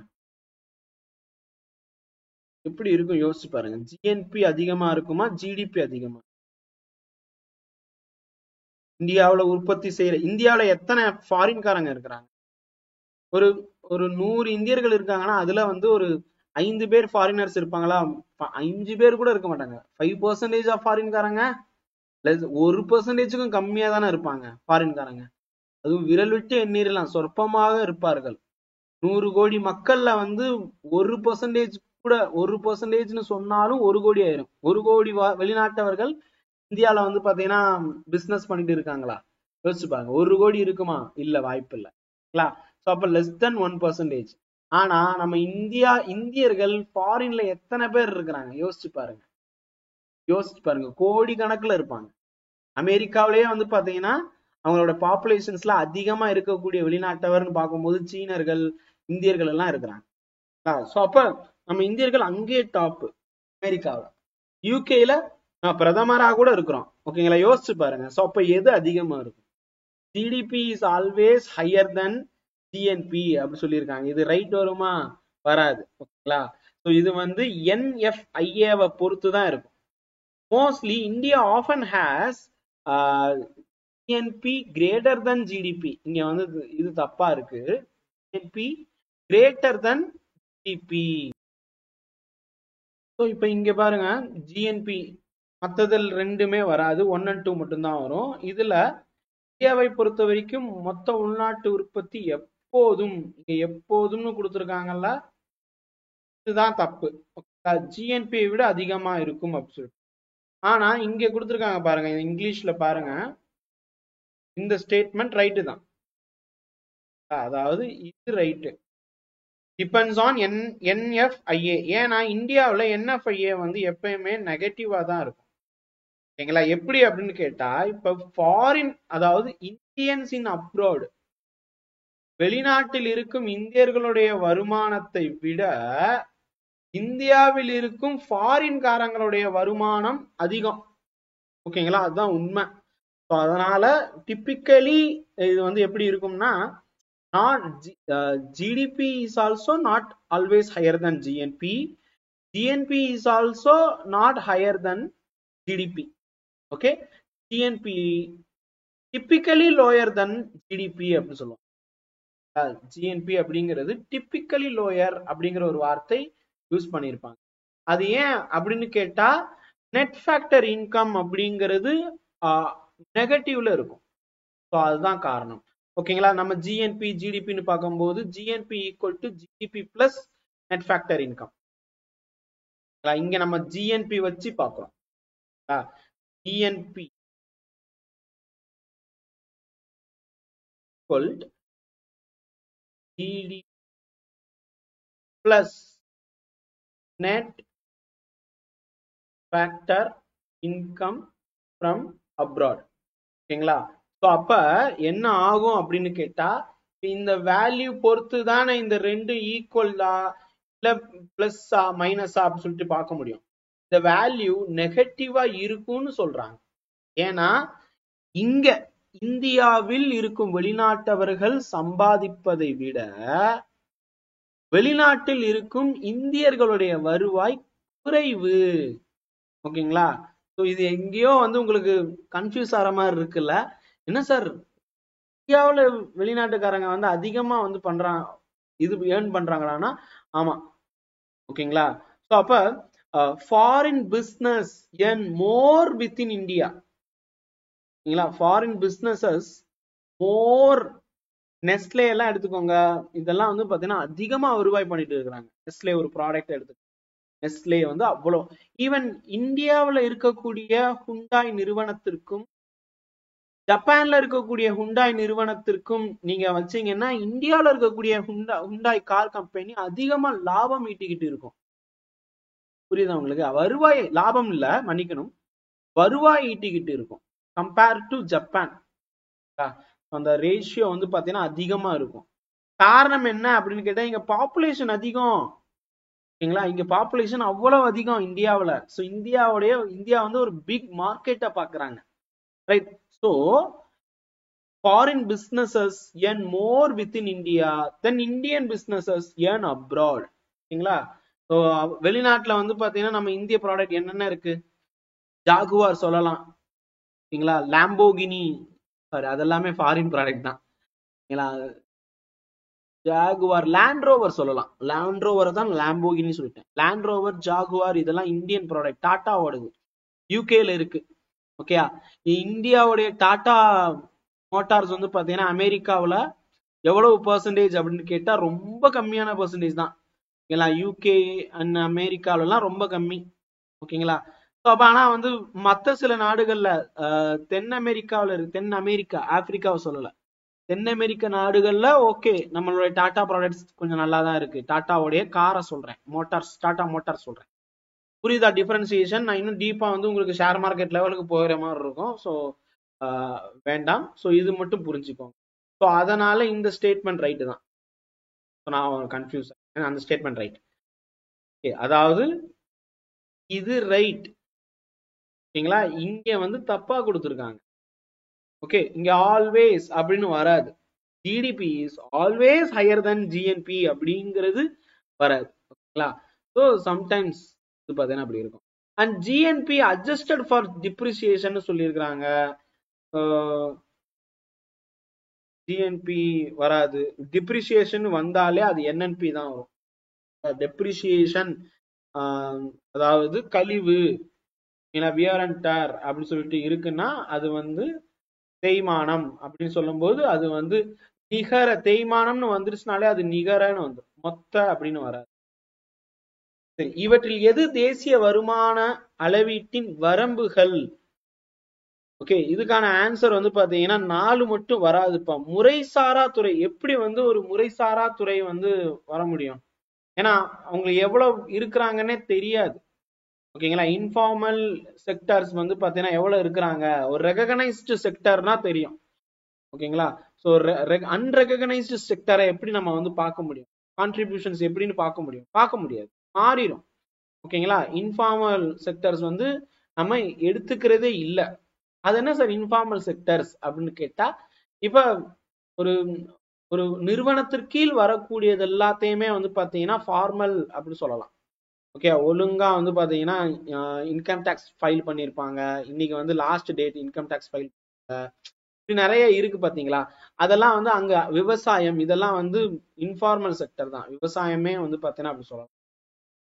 அக்ரிகல்ச்சர், அதுக்கப்புறம் இந்த அக்ரிகல்ச்சர் சம்பந்தப்பட்டது, பால் பண்ண வச்சிருப்பாங்க, ஒரு 10 மாடு வச்சுக்கிட்டு பால் வியாபாரம் பண்ணிட்டு இருப்பாங்க, அவங்க எல்லாம் டாக்ஸ் கட்டுவாங்கன்னு நினைக்கிறீங்க?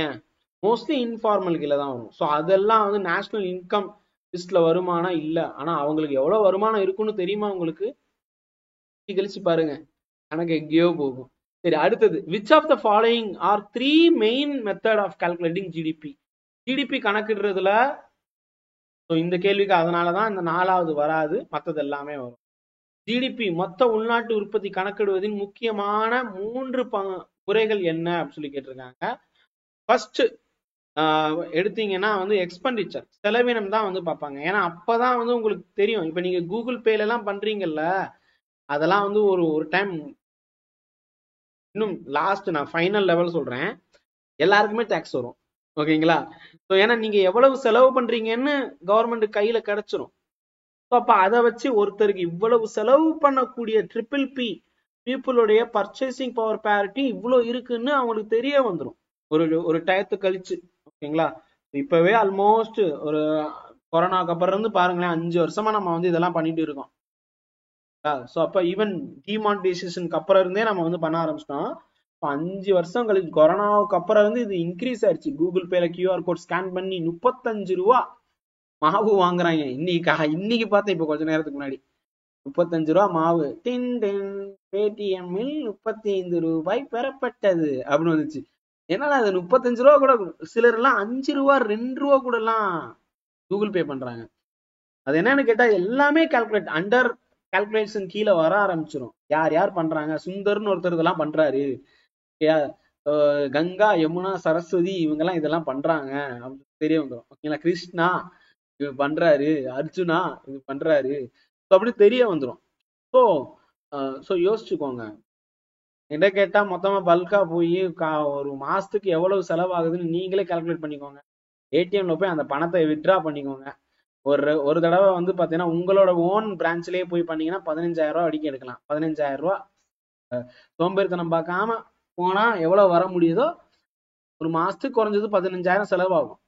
ஸோ 15,000 ரூபாய் எடுத்துட வேண்டியது. அதை வந்து மாசம் மாசம் அந்த அந்த 30 நாள் என்னென்ன செலவு இருக்கோ அதை வந்து கொஞ்சம் கொஞ்சமா வீட்டம்மா கிட்ட கொடுத்துட்டு கொஞ்சம் கொஞ்சமா வாங்கிட்டு போய் செலவு பண்ணிட்டு வாங்க. That's good habit. அதுக்கும் கணக்கு வச்சுக்கணும். உங்களுக்கு செல்ஃப்ல கணக்குல வச்சுக்கோங்க. கூகுள்ல பண்ணா கணக்கு வருது சார், உங்களுக்கு கணக்கு வருது ஈஸியா இருக்குன்னு சொன்னீங்கன்னா மாட்டிக்குவீங்க பங்கு. அப்ப இதெல்லாம் தனிநபருக்காக சொல்றோம். தேசிய அளவுல பார்க்கும்போது கூகுள் பேல பண்ணுங்க, அப்பதான் நாட்டுக்கு வந்து நல்லது. தேசிய அளவுல பார்க்கும்போது, ஒரு தேசிய கண்ணோட்டத்தில் பார்க்கும்போது கூகுள் பேல பண்ணலாம், போன் பேல பண்ணலாம். பக்கத்திலே இருந்துகிட்டு கூகுள் பே பண்ணீங்கன்னா ரொம்ப நல்லது. நீங்க எவ்வளவு செலவு பண்றீங்கன்னு தெரிஞ்சு. ஸோ எக்ஸ்பெண்டிச்சர் அப். இன்கம் அப்ரோச் பண்ணுவாங்கன்னா இன்கம் அப்ரோச் பண்ணுவாங்க. யாரு ஒழுங்கா சொல்லியிருக்கிறாங்க அவங்க இன்கம் யோசிச்சு பாருங்க. ஒரு பால் பண்ண வச்சிருப்பாரு, அவருக்கு வந்து பாத்தீங்கன்னா ஒரு மாசத்துக்கு 2 லட்சம் ரூபாய் வந்துகிட்டு இருக்கும். ஓகேங்களா? லாபம் மட்டுமே வந்து பாத்தீங்கன்னா ஒரு 80,000 ரூபாய் வந்துட்டு இருக்கும். 1-20 செலவு எல்லாம் போயிடும். வண்டி செலவு, மணி அடிச்சுட்டு வருவாரு, பஞ்சர் ஆயிரும், அது ஆயிரும். மாடு வந்து பாத்தீங்கன்னா ஹாஸ்பிட்டலுக்கு போக வேண்டியது இருக்கும், சுகமின்மை ஆயிரும், நிறைய ப்ராப்ளம் வரும். எல்லாத்தையும் சமாளிச்சா அந்த ஒரு மாசத்துக்கு வந்து பாத்தீங்கன்னா 2 லட்சம் ரூபாய் இது நடந்துகிட்டு இருக்குன்னு பிசினஸ் நடக்குதுன்னா 80,000 ரூபாய் லாபம் இருக்கும். அந்த 80,000 ரூபாய் அவர் சொல்லுவாரானா வெளியே சொல்ல மாட்டார், இன்கம் அப்படின்னு சொல்லிட்டு சொல்ல மாட்டார். அப்ப அவர் எவ்வளவு சொல்லுவாரு, 40,000 ரூபாய் 50,000 ரூபான்னு சொல்லிட்டு. அது கூட இல்ல, 20,000 ரூபாய் தான் மாசம் வருமானம் அப்படின்னு சொல்லிட்டு. பிகாஸ் இன்ஃபார்மல் செக்டர், வெளியே தெரியாது. ரைட்? அதனால இதுவும் வரும். ஆனா இதை கால்குலேட் பண்றதை விட செலவினத்தை கால்குலேட் பண்றதுதான் பெஸ்ட்.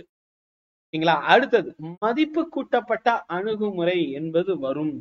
சேமிப்பு மற்றும் முதலீடு அணுகுமுறை அப்படிங்கிறது அவங்க தகுதின்னு சொல்ல மாட்டேன், சக்திக்கு நிகரானது. நம்ம எல்லாம் எங்க சேவிங் பண்ணிட்டு இருக்கிறோம்? சேவிங்ஸும் பண்றது இல்ல, சேவிங்கும் பண்றது இல்ல. சரிங்களா? அதாவது பணத்தை சேர்த்து வைக்கிறது இல்ல, முகச்சவரமும் பண்றது இல்ல. அந்த லெவலுக்கு தான் போய்கிட்டு இருக்கு. அப்ப இந்த 3 தான் வரும், 4வது வராது. நாட் மென்ஷன்டுப்பா 4வது. அடுத்தது எக்ஸ்பெண்டிச்சர் மெத்தட் அப்படின்னு சொல்லும் போது ஜிடிபி எப்படி வரும் அப்படின்னு கேட்டா கொடுத்துருக்காங்க பாருங்க. எக்ஸ்பெண்டிச்சர் மெத்தட் அப்படின்னு சொல்லும் போது அதை பேஸ் பண்ணி தான் நம்ம பண்ணிட்டு இருக்கிறோம். ஓகேங்களா? நீங்க இந்த இதுல பார்த்திருப்பீங்க, ஜிடிபி எவ்வளோ அப்படின்னு சொல்லிட்டு பார்க்கும்போது இங்க வருதா, இந்த வேல்யூ பாருங்க, அப்படியே இங்க இருக்கும். செலவு அணுகுமுறையில் நம்ம செஞ்சுட்டு இருக்கோம். இதுதான் இப்ப ஃபாலோ பண்றாங்க. நீங்க எவ்வளவு செலவு பண்றீங்களோ அதை வச்சு ஜிடிபி கால்குலேட் பண்ணிட்டு இருக்காங்கப்பா. இந்த ஜிபே பண்றது, போன்பே பண்றது, இதெல்லாம் பேஸ் பண்ணி ஜிடிபி இன்க்ரீஸ் ஆகுது. ஏன்னா நிறைய செலவு பண்றீங்க, உங்க வருமானத்தோட நிறைய செலவு பண்றீங்கன்னு தெரிய வந்துகிட்டு இருக்கு. அவனுக்கு வந்து டேட்டாஸ் போய்கிட்டே இருக்கு கவர்மெண்ட்டுக்கு. ஸோ அப்ப என்ன, மொத்த குடுமையும் ஒவ்வொருத்தரோட குடுமையும் அவன் கையில வச்சிருக்கான். சரிங்களா? இப்ப நான் பேசுறது முதல் அவன் ரெக்கார்டிங் தான் பண்ணிட்டு இருப்பான். அதான் யூடியூப்லயே போட்டோமே, அப்புறம் எப்படி அவனுக்கு தெரியாம இருக்கும்? ரைட். அடுத்த கேள்வி, வருமான அணுகுமுறை பற்றி எந்த அறிக்கை சரியா? வருமான அணுகுமுறை அதாவது இன்கம் அப்ரோச் அப்படி சொல்லும் போது GDP, wage, rent, interest, profit இது எல்லாமே வரும். ஊதியம் எவ்வளவு நீங்க சேலரி வேஜ் வாங்குறீங்க, வாடகை எவ்வளவு கொடுக்குறீங்க, உங்களுடைய இன்ட்ரெஸ்ட் வட்டி லாபம் எவ்வளவு, இதெல்லாம் பேஸ் பண்ணி தான் வரும். ஸோ அதனால இது வந்து கால்குலேட் பண்றது கஷ்டம். வருமானம் இது வந்து பாத்தீங்கன்னா கொஞ்சம் டிப்பிக்கலா இருக்கும், சொல்ல மாட்டாங்க, சரியான டீட்டெயில்ஸ் வந்து வராது. யார்ட்டையாவது போய் பையன், இது ஒரு பழமொழியே இருக்கு, பொண்ணுங்க கிட்ட வயசு கேட்கக்கூடாது, பசங்க கிட்ட வருமானத்தை கேட்கக்கூடாதுன்னு சொல்லி. மதிப்பு கூட்டப்பட்ட அப்படி சொல்லும் போது இங்க வந்து டீ ஸ்டோரி வந்துருப்பா இங்க இடத்துல. டீ ஸ்டோரி வந்து இருக்கும், புக்ல கொடுத்துருப்பாங்க. Value added approach avoid double கவுண்டிங்னா என்ன அப்படின்னு சொல்லி, எப்படி டபுள் கவுண்டிங்க வேல்யூ ஆடட் அப்ரோச்ல பண்ண முடியும்? It's by summing only value added at each product at each stage. Each step, இங்க ஈச் அப்படிங்கிறது நீங்க எழுதிக்கணும். ஒவ்வொரு ஸ்டெப்லயும் இது பண்ணுவாங்க. டீ பவுடர், பால், சுகர் எல்லாம் சேர்ந்தா டீ கிடைக்கும். இதுதான் வந்து டபுளிங் பண்றதுல இருந்து விலக்கு பண்ணக்கூடியது. ஸோ அப்ப ஆன்சர் வந்து பி தான், ஒவ்வொரு உற்பத்தி நிலையும் சேர்க்கப்பட்ட மதிப்பை மட்டும் கூறுவது. ஓகேங்களா? ஸோ இது வந்து இப்படி நீங்க பண்ணுவாங்க. கணக்குல பாத்தீங்கன்னா 10, 8, 7 அப்படின்னு சொல்லும் போது எவ்வளவு குறைஞ்சிருக்கு? 2 குறைஞ்சிருக்கு, 3 குறைஞ்சிருக்கு, 0. ரைட். ஸோ அப்ப வந்து 6 அப்படி சொல்லும்போது 4. இப்போ இந்த ரிமைனிங் எல்லாம் சேர்த்தீங்கன்னா உங்களுக்கு வேல்யூ வரும் பாத்தீங்களா? ஸோ அது அந்த மாதிரி டிவிஷன், எல் டிவிஷன் பண்ணும்போது உங்களுக்கு வரும்ல, அந்த மாதிரி பண்ணுவாங்க. ரைட்டா? ஸோ அப்படிதான் வந்து மதிப்பு கூட்ட பொருள்ல ஒவ்வொரு ஸ்டேஜ்லயும் எவ்வளவு மதிப்பு கூட்டப்பட்டுள்ளதோ அதை மட்டும் கால்குலேட் பண்ணா உங்களுக்கு வந்துடும். அதுதான் வந்து இன்கம் அப்ரோச்சுக்கானது, சாரி வேல்யூ ஆடட் அப்ரோச்சுக்கானது. இன்கம் அப்ரோச்னா முன்னாடி பார்த்தோம்ல, வேஜ், ரெண்ட், இன்ட்ரெஸ்ட் இதெல்லாம் வரும். சரி, மதிப்பு கூட்டப்பட்ட அணுகுமுறையில் மதிப்பு கூட்டப்பட்ட அப்படின்னா என்ன, வேல்யூ ஆடட் அப்படின்னா என்னன்னு கேக்குறாங்க. ஸோ வேல்யூ ஆடட்னா ஒண்ணுமே இல்லப்பா, ஒரு ஏதோ ஒரு விஷயம் எடுத்துக்கோங்க. அதாவது இப்ப நீங்க போட்டிருக்க சட்டை நீங்களா எப்படி வந்துச்சு? நூல், துணியில இருந்து வந்துச்சு. துணி எப்படி வந்துச்சு? நூல்ல இருந்து வந்துச்சு. நூல் எங்க இருந்து வந்துச்சு? காட்டன், பருத்தியில இருந்து வந்துச்சு. இப்ப பருத்திங்கிறது ரா ப்ராடக்ட். பருத்தியில இருக்கக்கூடிய அந்த கழிவு எல்லாத்தையும், அந்த விதை, லொசுக்கு என்னென்னமோ இருக்கும், டஸ்ட் எல்லாம் இருக்கும், அதெல்லாம் ரிமூவ் பண்ணா அது அந்த பருத்தி வந்து சுத்தமான பருத்தி, அது வந்து மதிப்பு கூட்டப்பட்டது, விலை இன்க்ரீஸ் ஆயிருக்கும். அதுக்கப்புறம் பாத்தீங்கன்னா வந்து சொல்ல, அது வந்து துணிய இது நிட்டிங்ல வந்து பாத்தீங்கன்னா இது பண்ணுவாங்க திருப்பூர்ல. அப்ப நூலா பண்ணாங்கன்னா ஒரு நூல் கண்டோடைய விலை வந்து பருத்தியை விட கூட இருக்கும். அப்ப அதே நூல் வந்து பாத்தீங்கன்னா பின்னி வந்து பாத்தீங்கன்னா ஒரு துணியா மாறும்போது துணி வந்து காசு கூட இருக்கும். ஓகேங்களா? அதே துணி வந்து பாத்தீங்கன்னா ட்ரெஸ்ஸா மாறுது. மீட்டர் வந்து வெறும் 100 ரூபான்னு சொல்லியிருப்பாங்க, நீங்க 2.5 மீட்டர் 500 ரூபான்னு கூட வச்சுக்கோங்க. மீட்டர் 500 ரூபாலாம் இருக்காது, அவ்வளவு போட்டு எல்லாம் வாங்குறது இல்ல. மீட்டர் 100 ரூபா. ஓகேங்களா? 2.5 மீட்டர் வாங்குவீங்க. ஸோ 200 பிளஸ் 50, 250 ரூபா இருக்கும். ரைட்டா? ஆனா ஒரு சட்டை வந்து பாத்தீங்கன்னா 600 ரூபா, 700 ரூபா, 1000 ரூபான்னு சொல்லுவாங்க. நீங்க தைக்க போனீங்கன்னா வந்து அவன் கிட்டத்தட்ட வந்து ஒரு 800 அப்படின்னு சொல்லுவாங்க. 800 பிளஸ் 250 சேர்க்கும் போது 1050 ரூபா. ஓகே, கிட்டத்தட்ட வந்து அதே ஈக்குவல் ஆயிரும். அப்ப பாத்தீங்கன்னா மதிப்பு கூட்டனா என்னன்னு தெரியுதுல. இதை விட இன்னும் எளிமையா சொல்லணும் அப்படின்னு கேட்டா, வேல்யூ ஆடடுக்கு நீங்க வெறும் பால் வச்சிருப்பீங்க. ஓகேங்களா? அந்த பால் வந்து பாத்தீங்கன்னா தயிரா மாறிச்சுன்னா விலை கூடுது. தயிர் வந்து பாத்தீங்கன்னா இன்னும் கொஞ்சம் கான்சன்ட்ரேட் ஆகி வெண்ணெயாக இருந்துச்சுன்னா அது விலை இன்னும் கூட. வெண்ணெய் நெய்யாக மாறிச்சுன்னா இன்னும் விலை கூட. ஓகேங்களா? ஸோ அப்போ உங்களுக்கு டேர்ன் ஆகுதா? அதுதான் மதிப்பு கூட்டப்பட்ட, அந்த காலத்துக்கு ஏற்றாற்போல். வெறும் நிலக்கரி வந்து பாத்தீங்கன்னா அந்த ப்ரெஷர், ஹை ப்ரெஷர்ல ரொம்ப நாள் இருந்துச்சுன்னா அது வந்து வைரமாக மாறும். ஓகே, மதிப்பு கூட்டப்பட்ட அப்படிங்கிறதுல என்ன உதாரணம் அப்படின்னு கேட்டா, ஒரு பேக்கரியில் வருவாய்க்கு உள்ளீடாக இருக்கக்கூடிய இதுக்குமான வேறுபாடு அப்படின்னு சொல்லி கொடுத்துருக்கோம். அப்ப difference between bakery's revenue and cost of input.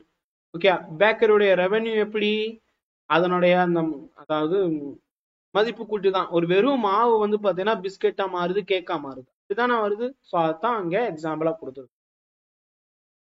Right. அடுத்தது, மொத்த உள்நாட்டு உற்பத்தியில் ஒரு விவசாயி கோதுமையை ஒரு மாவு ஆலைக்கு விற்பனை செய்வது எந்த முறையில் அடங்கும் அப்படின்னு கேட்டா மதிப்பு கூட்டப்படுது. கோதுமையா இருந்துச்சுன்னா அது வந்து நாங்க ரேஷன் கடை கோதுமை தான் வாங்குவோம். ஸோ அது வந்து பாத்தீங்கன்னா மில்லுக்கு அரைக்கும் போது ஒரு ஒரு எவ்வளவு கிலோன்னு பார்ப்பாங்க, கிலோ பார்த்து ஃப்ளோர் மில்ல அரைப்பாங்க. ஓகேயா. ஸோ ஒரு கிலோவுக்கு வந்து பாத்தீங்கன்னா 18 ரூபாயோ 20 ரூபா வாங்குவாங்கன்னு நினைக்கிறேன். ஓகே, ஸோ அப்ராக்சிமேட்லி ஒரு 20 ரூபான்னு வச்சுக்கோங்க. நான் போயிட்டு வந்தேன், எனக்கு மறந்து போச்சு, நான் தான் போவேன் மறந்து போச்சு. ஓகேங்களா. ஸோ அப்போ 20 ரூபா ரேஷன் கடையில 2 கிலோ கொடுப்பாங்கன்னு வச்சுக்கோங்க, 2 கிலோ கொடுக்குறாங்க. அப்ப 40 ரூபா. ஸோ அந்த கோதுமை வந்து பார்த்தோன்னா 2 கிலோ கிடைக்கும். இதுவே நான் வந்து வேற பிராண்டடா வந்து பார்த்தீங்கன்னா ஒரு இடத்துக்கு போறேன், கடையில போய் பிராண்டட் கோதுமை 1/2 கிலோ பாக்கெட்டே எவ்வளோன்னு யோசிச்சுப்பாரு, 1 கிலோ பாக்கெட் எவ்வளோன்னு யோசிச்சுப்பாங்க பாருங்க. மோஸ்ட்லி இந்த ஆசீர்வாத், பில்ஸ்பெரி அதெல்லாம் வாங்குறது இல்லை. ஓகே, ஸோ இந்த பிராண்ட் வேல்யூ, பிராண்ட் நேம் சொல்லக்கூடாதுன்னு நினைச்சேன், சொல்லிட்டேன் உங்கள் புரிதலுக்காக. ஏன் வாங்குறது இல்லை அப்படிங்கிற அவசரத்துக்காக வாங்குவோம், பட் பொதுவாக வாங்குறது இல்லை. பிகாஸ் நான் கண்ணு முன்னாடி நான் வந்து என் கையில வெண்ணெய் இருக்கும்போது நான் எதுக்கு போய் நெய் கலையணும், இந்த மாதிரி. ரைட்டா. ஸோ அப்போ ரேஷன் கடையில கொடுக்குறாங்க, ரேஷன் விலையில் கொடுக்குறாங்க. ஸோ அதை வந்து எடுத்துக்கிறோம். ஸோ அப்ப மதிப்பு கூட்டப்பட்ட அப்படின்னா என்னன்னு தெரியுதா. விவசாயி கோதுமை வந்து பார்த்தீங்கன்னா ஒரு மாவு ஆலைக்கு இது பண்ணா அது வந்து பார்த்தீங்கன்னா இன்க்ரீஸ் ஆகும், மாவா வித்தா கூடும். இதையும் இன்னும் புரிய வைக்கணும்னா, அந்த மாவு கோதுமை மாவு வந்து பாத்தீங்கன்னா ஒரு ஹோட்டலுக்கு நீங்களே வந்து வீட்டுல அந்த மாவு வாங்கி சப்பாத்தி பண்ணுங்க, இல்ல பூரி பண்ணுங்களேன். ஒரு ஒரு தடவை வந்து பாத்தீங்கன்னா 1/2 கிலோ மாவு போட்டுக்கிங்களா, 40 ரூபான்னு வச்சுக்கோங்க. மாவு வந்து 40 ரூபா. ஏன்னா 80-100 ரூபா வரைக்கும் போகுது 1 கிலோ மாவு. ஓகே, ஸோ ஒரு 50 ரூபான்னு வச்சுக்கோங்க. 50 ரூபால வீட்டுல இருக்கக்கூடிய 4 பேரும் வந்து பாத்தீங்கன்னா சப்பாத்தியோ இல்லைன்னா பூரியோ சாப்பிட்டு முடிச்சிருவீங்க. ஆனா நீங்க ஹோட்டலுக்கு போங்க, வெறும் சப்பாத்தி மட்டும் சொல்றேன், இல்ல சென்னா மசாலா இந்த இதெல்லாம் சேர்க்காம, கிழங்கு லொட்லஸுக்கு மசாலா பரோட்டா எதுவுமே சேர்க்காம, தொட்டுக்க எதுவுமே சேர்க்காம வெறும் சப்பாத்தியே விலை கூட. தொட்டுக்கிறதெல்லாம் நீங்க வந்து ஏன்னா தொட்டுக்கிறதெல்லாம் ஆட் பண்ணலாம் சார், வெறும் சப்பாத்தி ஹோட்டல்ல கொடுக்க மாட்டாங்க சார், தொட்டுக்கிறது சேர்த்துதான் சார் கொடுப்பாங்கன்னா, நான் தொட்டுக்கிறது நான் வீட்டுல செஞ்சதை நான் விலைப்பட்டியல நான் சேர்க்கல. ஸோ அதனால சொல்ல வரேன். ஓகேங்களா. ஸோ இங்க பொருளாதாரம் படிக்கிறோம், நீங்க தண்ணி குடிச்சா கூட அது வந்து விலைக்குள்ள வரும். ஸோ அதனால சொல்ல வர்றேன், நீங்க வந்து சாப்பிட்ற தண்ணி லொட்லஸுக்கு எல்லாத்துக்குமே வந்து ஒரு மதிப்பு இருக்கு. ஸோ அப்ப இது மதிப்பு கூட்டப்பட்ட அணுகுமுறையாகத்தான் பார்க்கப்படுது. அடுத்தது செலவு. So limitations for expenditure approach. Expenditure approach அப்படின்னு சொல்லும் போது, செலவு அணுகுமுறைன்னு சொல்லும் போது சந்தை அல்லாத பரிவர்த்தனைகளை புறக்கணிக்கிறது. அடுத்தது இந்த ஸ்டேட்மெண்ட் வந்து பாருங்க ரொம்ப முக்கியமானது. இந்த சூழ்நிலையுடன் எந்த அது வந்து ஒத்து போகுதுன்னு கேக்குறாங்க. சாஃப்ட்வேர் கம்பெனி ப்ராஃபிட் எம்ப்ளாயிஸ், அதாவது ஒரு சாஃப்ட்வேர் கம்பெனி இருக்கு, அதனுடைய மென்பொருள் நிறுவனத்துடைய லாபம் எப்படி எல்லாம் போகுதுன்னு பாருங்க. ஊழியர் சம்பளம், அலுவலக வாடகை, இது எல்லாத்தையும் வந்து மொத்த உள்நாட்டு உற்பத்தியில் அதன் பங்களிப்பை அளவை விட சுருக்கமாக கூறப்படுகின்றன. எப்படி கூறுவாங்கன்னா வருவாய் அணுகுமுறை, ப்ராஃபிட் எப்படி அப்படிங்கறத வச்சு சொல்லுவாங்க. ஸோ எல்லாமே இன்கம் அப்ரோச்ல தான் சொல்லுவாங்க. ப்ராஃபிட், அந்த ப்ராஃபிட் எப்படின்னா எவ்வளவு இன்கம் வந்திருக்கு, எவ்வளவு அந்த கம்பெனி ஜென்ரேட் பண்ணிருக்கு, இன்ஃபோசிஸ் இதெல்லாம் எவ்வளவு ஜென்ரேட் பண்ணிருக்கு, அதை பேஸ் பண்ணி தான் சொல்லுவாங்க. ஸோ அப்ப அங்க இன்கம் வரும், கம்பெனிக்கு இன்கம் வரும். ஆனா இண்டிவிஜுவல் இதுல வந்து பாத்தீங்கன்னா உங்களுக்கு இது வராது. ஓகேங்களா. அதாவது இன்கம் அப்ரோச் அப்படின்னு சொல்லிட்டு இதுக்கு முன்னாடி பார்த்தோமா, அதுல பாருங்க வேல்யூ ஆடட் அப்ரோச், இன்கம் அப்ரோச்ல என்ன வந்திருக்குன்னு பாருங்க. ரெண்ட், வேஜ், இன்ட்ரெஸ்ட், ப்ராஃபிட் பார்த்தோமா. ஸோ இது வந்து இன்கம் அப்ரோச். ஸோ அதே மாதிரி தான் வந்து இங்கே கொடுத்துருக்குறாங்க. ஒரு கம்பெனி அப்படின்னு சொல்லும்போது இன்கம் அப்ரோச்ல என்னென்ன வருதுன்னு பாருங்க. ப்ராஃபிட், வேஜ், ரெண்ட், இதெல்லாமே வரும். ஓகேங்களா. ஸோ அதை பேஸ் பண்ணி இங்க இன்கம் அப்ரோச்னு சொல்றாங்க. ஒரு கம்பெனிக்கு இது வரும். இன்கம் அப்ரோச் ஈஸி அவங்களுக்கு, பிகாஸ் ஆர்கனைஸ்டு செக்டருக்குள்ள வர்றாங்க, அவங்க வந்து எல்லாமே ஃபைலிங் பண்ணுவாங்க. பட் வந்து தனிநபர் வந்து பாத்தீங்கன்னா எல்லாருமே பண்றாங்களான்னா இந்த ஸ்லாப் ரேட்டுக்கு தான் பண்ணுவாங்க, எல்லாருமே பண்றது இல்லை. ரைட். மொத்த உள்நாட்டு உற்பத்தியின் முக்கியத்துவம் என்ன அப்படின்னு சொல்லி, அதாவது மொத்த உள்நாட்டு உற்பத்தி அப்படிங்கிறது ஜிடிபி. ஸோ இதை பேஸ் பண்ணி ஒரு அதாவது அதனுடைய இம்பார்ட்டன்ஸ் என்ன அப்படின்னு கேட்டா, measures income inequality within a country வருமானா இல்ல, qualifies the market value of all final goods and service. இதுதான் ஃபர்ஸ்ட் கொஸ்டின்ல பார்த்தோம். ஸோ அதனால வரும். ரைட். பி தான் ஆன்சர். ரைட். ஸோ ஆனா வேற விதமான கேள்வி, ரெண்டையும் ஒன்னா மாத்திக்க கூடாது. ரைட். இங்க பாருங்க, இந்த இப்ப நம்ம வந்து புக்கை தான் வந்து நம்ம எடுக்கிறோம். ஸோ அதனால பை புக் பேஸ் பண்ணி. Right. So which is one limitation of GDP measured in the book? It ignores improvement in product quality. So GDP limitationsல ஒரு வரம்பு என்ன அப்படின்னு சொல்லி கேட்டா, தயாரிப்பு தரத்தில் முன்னேற்றங்களை இது புறக்கணிக்குது. எவ்வளவு ஃபைனல் கூட்ஸ் வந்திருக்குன்னு தான் பாப்பானே தவிர்த்து எவ்வளவு சரக்கு ரொம்ப உயர்வாக இருக்கு, தரம் வாய்ந்தவை, அதெல்லாம் பாக்குறது இல்லை. அதெல்லாம் அவனுக்கு தேவையே கிடையாது. இத்தனை ப்ராடக்ட் வந்திருக்கு, ஓகேங்களா. ஒரு பெரிய செருப்பு கம்பெனி இருக்குன்னா 1,00,000 செருப்பு ஜோடிகள் வந்திருக்கணும், ஓகேங்களா. அதுல எது வந்து தரமா இருக்கும், ரொம்ப நாளைக்கு உழைக்கக்கூடியது, அதெல்லாம் அவனுக்கு கணக்கு கிடையாது. ஒரு சட்டை இருக்கு, துணி இருக்குன்னு வச்சுக்கோங்க, அது ரொம்ப நாளைக்கு வரக்கூடியது, சாயம் போறது, அதெல்லாம் அவனுக்கு தேவையில்லை. எவ்வளவு தயாரிப்பு, அதுதான் பார்ப்பான். எந்த ஒரு செயல்பாடு ஜிடிபி கணக்கிடுவதில் இருந்து விலக்கப்படுகிறது அப்படின்னு கேட்டா, இது நம்ம ஏற்கனவே பார்த்ததுதான், வீட்டம்மாவுடைய அது அந்த சமையல் வேலை வந்து உள்ளக்குள்ள வராது. உள்நாட்டு உற்பத்தியில் ஏன் உண்மையான பொருளாதார நலனை பிரதிபலிக்க தவறிவிட்டது? உண்மையானது வந்து பாத்தீங்கன்னா ஏன் இந்த ஜிடிபியில இருந்து ஏன் ஃபெயில் ஆயிருக்கு அப்படின்னு சொல்லி கேட்டா, ரெண்டு விஷயம். இது வந்து என்வரான்மெண்டல் காஸ்ட் ஒன்னு இருக்கு, அதை நம்ம வந்து பாக்குறது இல்ல. எக்ஸ்க்ளூட்ஸ், இதுல இருந்து விலக்கி விட்டுப்போம். சுற்றுச்சூழல் செலவுகளை விலக்குகிறது, ஓகேங்களா. ஸோ இது உள்ளக்குள்ள நம்ம சேர்க்க மாட்டோம். ரைட். என்வரான்மெண்டல் காஸ்ட் ஒன்று இருக்கு, அதை நம்ம வந்து உள்ள சேர்க்கிறது. It ignores income inequality. So அதாவது வருமான சமத்துவமின்மையை புறக்கணிக்கிறது, உள்ள சேர்க்க மாட்டாங்க. ஜிடிபியை வந்து பார்க்க மாட்டாங்க. ஸோ மற்ற ரெண்டுமே வந்து மொத்த உள்நாட்டு உற்பத்தியில் செலவின் தரத்தை மனுப்பு எல்லாம் வராது, இந்த ரெண்டும் வராது. 1 and 2 மட்டும்தான். 28வது கேள்வி பாருங்க, மொத்த உள்நாட்டு உற்பத்தி மற்றும் வாழ்க்கை தரம் பற்றிய எந்த அறிக்கை உண்மைன்னு சொல்லி, சுகாதாரம் கல்வியில் பின்தங்கி இருக்கும் போது மொத்த உள்நாட்டு உற்பத்தி அதிகமாக இருக்கலாம், ஓகேங்களா. ஸோ அதனால ஜிடிபி வச்சு ஒரு கண்ட்ரி ரொம்ப பெரிய கண்ட்ரின்னு சொல்லிடலாமா? 5வது இடத்துல இருக்கோம் ஜிடிபியில அப்படிங்கிறதுனால 6வது இடத்துல இருந்து 5 வந்துட்டோம், 4 வந்துட்டோம், இன்னும் அடுத்து வந்து 3வது இடத்துக்கு போறோம் அப்படின்னு சொல்லிட்டு இருந்தா, நம்ம வந்து சுகாதாரத்திலையும் கல்வியிலையும் வந்து பார்த்தீங்கன்னா உயர்ந்துட்டோம்னு அர்த்தமானா இல்ல. இன்று வரைக்கும் என்ன சொல்ல, பசினால இறப்பு அதிகமா இருக்கக்கூடிய நாடுகள் பட்டியல நம்ம இந்தியாவும் இருக்கு. இந்தியா டாப் லெவல்ல இருக்குப்பா. ஹங்கர் இண்டெக்ஸ்ல நம்ம வந்து 100வது இடம், 100 சொச்சம் போயிருச்சு, ஓகேங்களா. ஸோ அப்ப யோசிச்சு பாருங்க. ரைட். ஸோ அதனால இது வராது. ஜிடிபி அதிகமா இருந்துச்சுன்னா பெரிய நாடுப்பா, பணக்கார நாடு அப்படின்னு சொல்லலாமானா சொல்லலாம். ஆனா அந்த நாட்டுல எல்லாமே கிடைக்கும்னு சொல்ல முடியாது, ஓகேங்களா. GDP and quality of life is too. Okay. So அதுதான் இப்ப நம்ம பார்த்தோம். அடுத்தது, GDP not tell us about an economy, how income distributed அப்படின்னு சொல்லவே சொல்லாது. வருமானம் எவ்வாறு விநியோகிக்கப்படுகிறது அப்படின்னு சொல்லிட்டு சொல்லாது.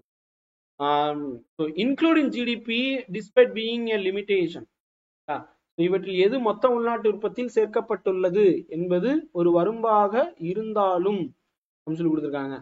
ஸ்மார்ட் போன்கள் உற்பத்தி செய்யும் தொழிற்சாலை, அதனாலதான் அந்த ரெட்மி போன் எல்லாம் நான் வந்து ஒரு இதா கொடுத்திருந்தேன். ஜிடிபியில ஸ்மார்ட் போன்ஸ் உள்ள வரும், பட் எக்ஸ்க்ளூட் நான் மார்க்கெட். எது அப்படின்னு கேட்டா, இப்ப செகண்ட் ஹேண்ட்ல எல்லாம் நீங்க வாங்குனீங்க, சில இடத்துல திருட்டு போனெல்லாம் கொடுப்பாங்க, அதெல்லாம் ஜிடிபிக்குள்ள வருமானா வராது, சரிங்களா. ஸோ இன்க்ளூட் மார்க்கெட் ப்ராடக்ட் தான் உள்ள வரும். ஆனா இப்ப நீங்க ஒரு பெரிய ஷோரூம்ல போய் வாங்குறீங்க, இல்ல பிளிப்கார்ட் அமேசான் போன்ற அந்த இ காமர்ஸ் சைட்ல இருந்து வாங்குறீங்கன்னா கூட உள்ள வந்துடும். ஆனா இந்த செகண்ட் கிரேட் தேர்ட் கிரேட் லெவல்ல வாங்குனீங்கன்னா வராது. ஐபோனை வந்து பாத்தீங்கன்னா வேற மாதிரி வாங்குவாங்க, அதெல்லாம் வரவே வராது, ஜிடிபிக்குள்ள வராது. மொத்த உள்நாட்டு உற்பத்தி ஒண்ணும் இல்லப்பா, நீங்க ஒரு சைக்கிள் வாங்குறீங்க, கடையில போய் வாங்குனீங்கன்னா ஜிடிபிக்குள்ள வரும்பா. அதுவே வந்து பாத்தீங்கன்னா நீங்க இது பண்ணீங்கன்னா அவருக்கு ஃப்ரெண்ட்ட இருந்து காசு கொடுத்து வாங்குனீங்கன்னா செகண்ட் ஹேண்ட் பைக் கூட பைக்கும் வராது, செகண்ட் ஹேண்ட்ல வாங்குற எதுவுமே வராது. செகண்ட் ஹேண்ட்ல வாங்குற எதுவுமே வராது. அதுக்கு தான் நான் வந்து பைக்கை உதாரணம் வைக்காம சைக்கிளை வச்சேன், பைசைக்கிளை வச்சேன். இப்ப அதையும் தாண்டி வந்து பாத்தீங்கன்னா இப்ப லேப்டாப், அம்மா லேப்டாப் எல்லாம் வந்து கவர்மெண்ட் கொடுக்கறது. ஆனா அதை வந்து இல்லீகலா வாங்குவாங்க சிலர், வந்து வெளியே இருந்து கொடுத்துட்டு இருந்தாங்க அம்மா லேப்டாப். சோ வெளியே பஜார்ல போய் வாங்கிட்டு வருவாங்க. அதெல்லாம் ஜிடிபிக்குள்ள வராது. அடுத்தது, மொத்த உள்நாட்டு உற்பத்தி தொழில்நுட்ப மேம்பாடுகளை எவ்வாறு கையாளுகிறது, பெரும்பாலும் அவற்றுடைய தாக்கத்தை குறைத்து மதிப்பிடுகிறது.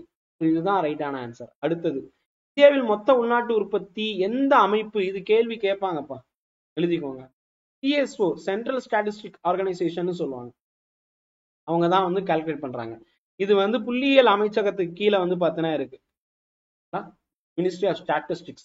ரைட். அடுத்தது, இந்த கேள்வியும் கேட்கறதுக்கு வாய்ப்பு இருக்கு.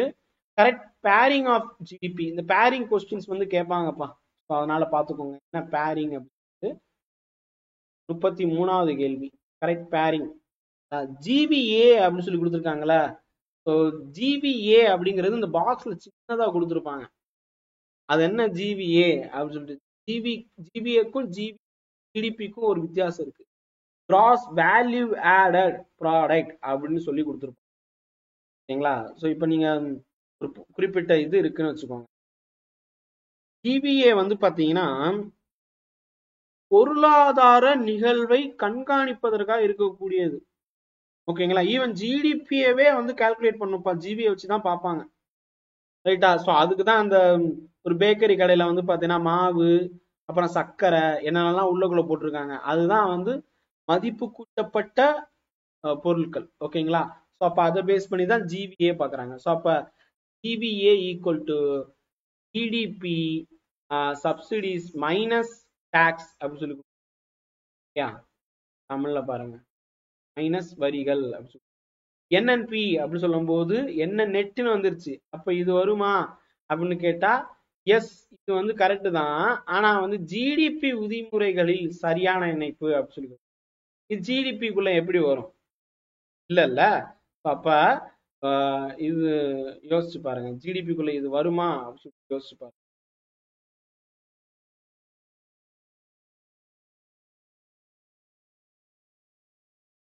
ஓகேங்களா. ஸோ ஜிடிபிக்குள்ள இது வருமா அப்படின்னு சொல்லிட்டு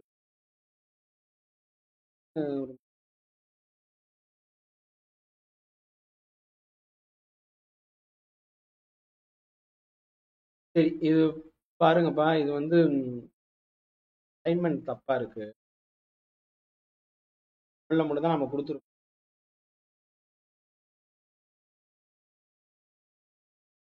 சரி, இப்ப நான் சொல்றதை எழுதிக்கோங்க, ஓகேங்களா, இந்த கொஸ்டினுக்கு. ஓகே, ஸோ ஃபர்ஸ்ட் 1 and 2 இது வந்து இருக்கும். ஸோ இதனுடைய ஆன்சர் வந்து பாத்தீங்கன்னா ஏ தான் ஆன்சர். 1 2 மட்டும் தான் வரும், ஏன்னா என்என்பி அப்படிங்கிறது உள்ள இருக்கு. NNP equal to GNB minus தேய்மானம், டெப்ரிசியேஷன் சேர்ந்தோம்னா நமக்கு வந்து வருது. விதிமுறையும் சரியான இணைப்பு அப்படின்னு சொல்லும்போது இந்த ரெண்டும் இருக்கும். அதே மாதிரி ஜிபிஏ அப்படின்னு சொல்றாங்கல்ல, கிராஸ் வேல்யூ ஆடட், அதுவும் அந்த ஜிபிஏ ஃபார்முலா வந்து பார்த்துக்கோங்க. So GDP plus subsidies minus taxes, ஓகேங்களா. பிசிஐன்னு சொல்லும் போது இது இன்ட்டு வராது, இது டிவைடு தான் வரும், டிவைடு வரும். என்டிபி அப்படின்னு சொல்லும் போது, என்டிபி அப்படின்னு சொன்னா உங்களுக்கு என்னென்ன இருக்குன்னு பாருங்க. Net domestic product equal to GDP minus depreciation, அதுதான் வரணும். ஜிடிபி மைனஸ் டெப்ரிசியேஷன், தேய்மானம்னு இருக்கணும். அதே மாதிரி என்என்பி அப்படின்னு சொல்லும் போது ஜிஎன்பி மைனஸ் இது, இந்த ரெண்டும் தான் வந்து கரெக்டா இருக்கே தவிர்த்து இந்த ரெண்டும் தப்பா இருக்கு. ஸோ அப்ப இதுக்கான ஆன்சர் வந்து பாத்தீங்கன்னா இத இதை ரிமூவ் பண்ணிருங்க. ஆப்ஷன் ஏ தான் ஆன்சர். ஆன்சர் இதுதான் ஆன்சர்.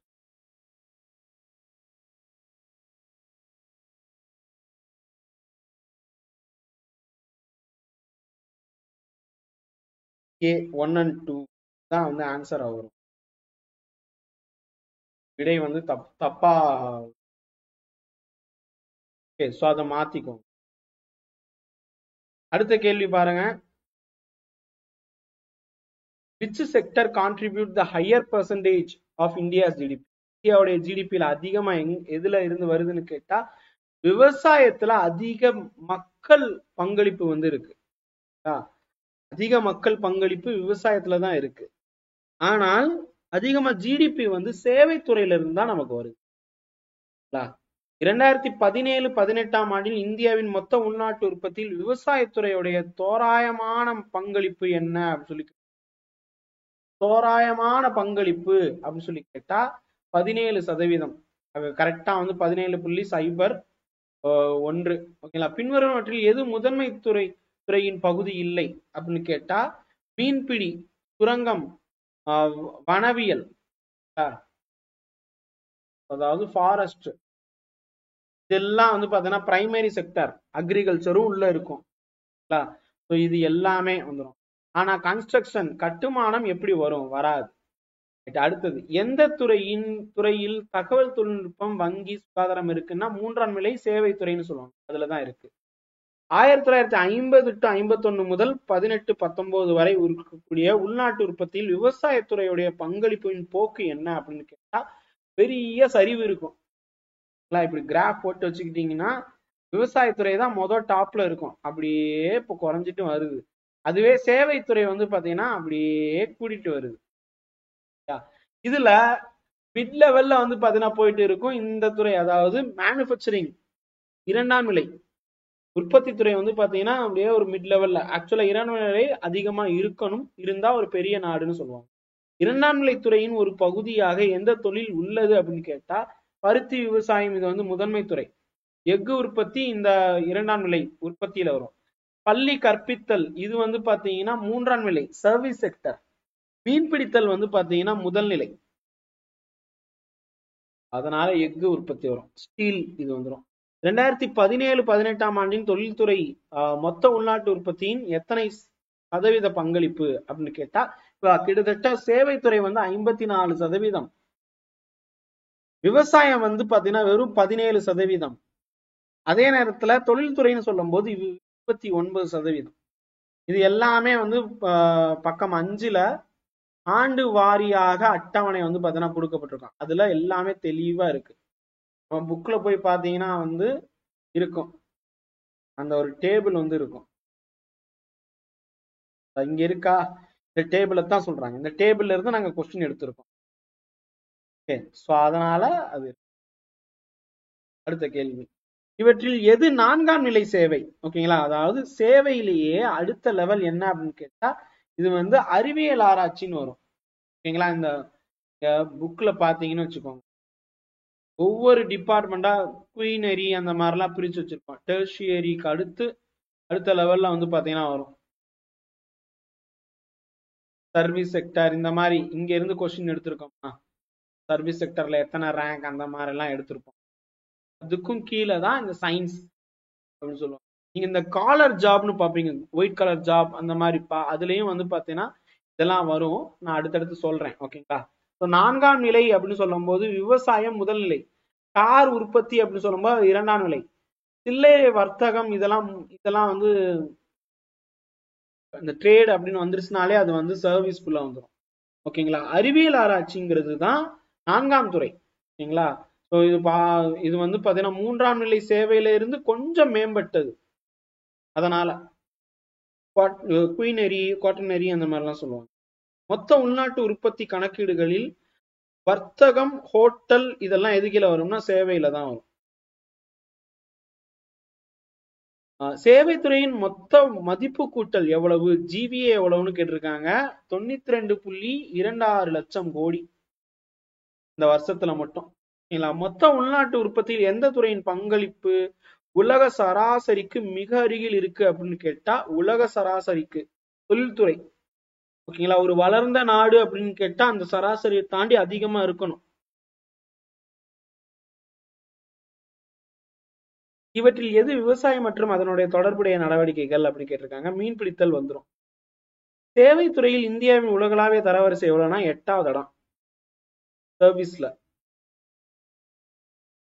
2018-19 ஆண்டில் உள்நாட்டு உற்பத்தியில் எந்த துறை 2.7% பங்களிப்பு அப்படின்னு கேட்டா சுரங்கம் மற்றும் குவாரி.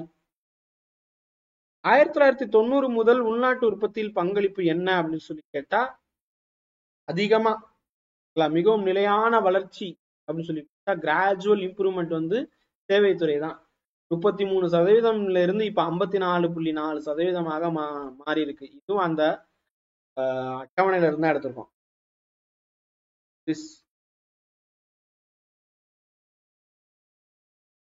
இங்க வந்து அக்ரிகல்ச்சர் பாருங்க அப்படியே குறைஞ்சிருக்கா, 51% இருக்கு.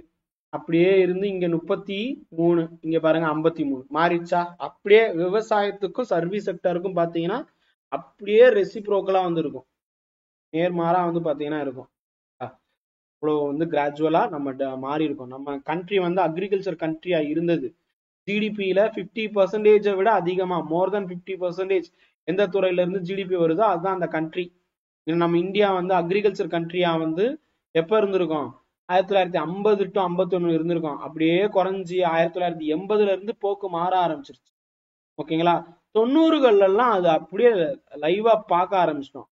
2018 எல்லாம் வந்து பாத்தீங்கன்னா நம்ம இந்தியா வந்து சர்வீஸ் செக்டர் ஓரியன்டட் கண்ட்ரியா மாறிடுச்சு விவசாயத்துல இருந்து. அடுத்தது இங்க பாருங்க, ஜிபியோடைய ஃபார்முலா கேட்டிருக்காங்க. இதுதான் அந்த ஃபார்முலா. மானியங்கள் சப்சிடிஸ் மைனஸ் டாக்ஸ், ஜிடிபில இருந்து சப்சிடிஸ் மைனஸ் டாக்ஸ் பண்ணீங்கன்னா வந்துடும். எந்த துறையில் மின்சாரம், எரிவாயு மற்றும் நீர் வளங்கள் இதெல்லாம் இருக்குன்னு கேட்டா 2ஆம் நிலையில வந்து இருக்கு. ஏன்னா அவங்க ப்ரொடியூஸ் பண்றாங்க, அதனால ரைட். அப்ப நீர் வளங்கள் டிஸ்ட்ரிபியூஷன் பண்றாங்க, சோ அதனாலயும் அது வந்து உள்ள வரும். சரி, உலகளவில் விவசாய உற்பத்தியில் இந்தியா எத்தனாவது இடம் அப்படின்னு கேட்டா புக்கு வைஸ் பார்க்கும்போது 2வது இடம். அந்த புத்தகத்தின் 10ஆம் வகுப்பு வச்சு பார்க்கும்போது மொத்த உள்நாட்டு உற்பத்தியில் எந்த துறையின் பங்களிப்பு உலக சராசரியை விட குறைவு அப்படின்னு சொல்லி கேட்டிருக்காங்க. இது வந்து சேவை மற்றும் தொழில், இந்த ரெண்டு வேர்ல்டு லெவல்ல பார்க்கும்போது கம்மி தான். ஆனா இந்தியா ஒரு லீடரா இருக்கும், அதை மட்டும் தெரிஞ்சுக்கோங்க. புக்கோட இந்த சராசரி தான் கேட்டிருக்காங்க. ஆனா நம்ம இந்தியா வந்து பாத்தீங்கன்னா இது வந்து வேர்ல்டு சராசரி அப்படின்னு சொல்லும்போது 100 நாடுகள் உடைய மொத்தத்தையும் சேர்த்து நம்ம கம்பேர் பண்றோம்.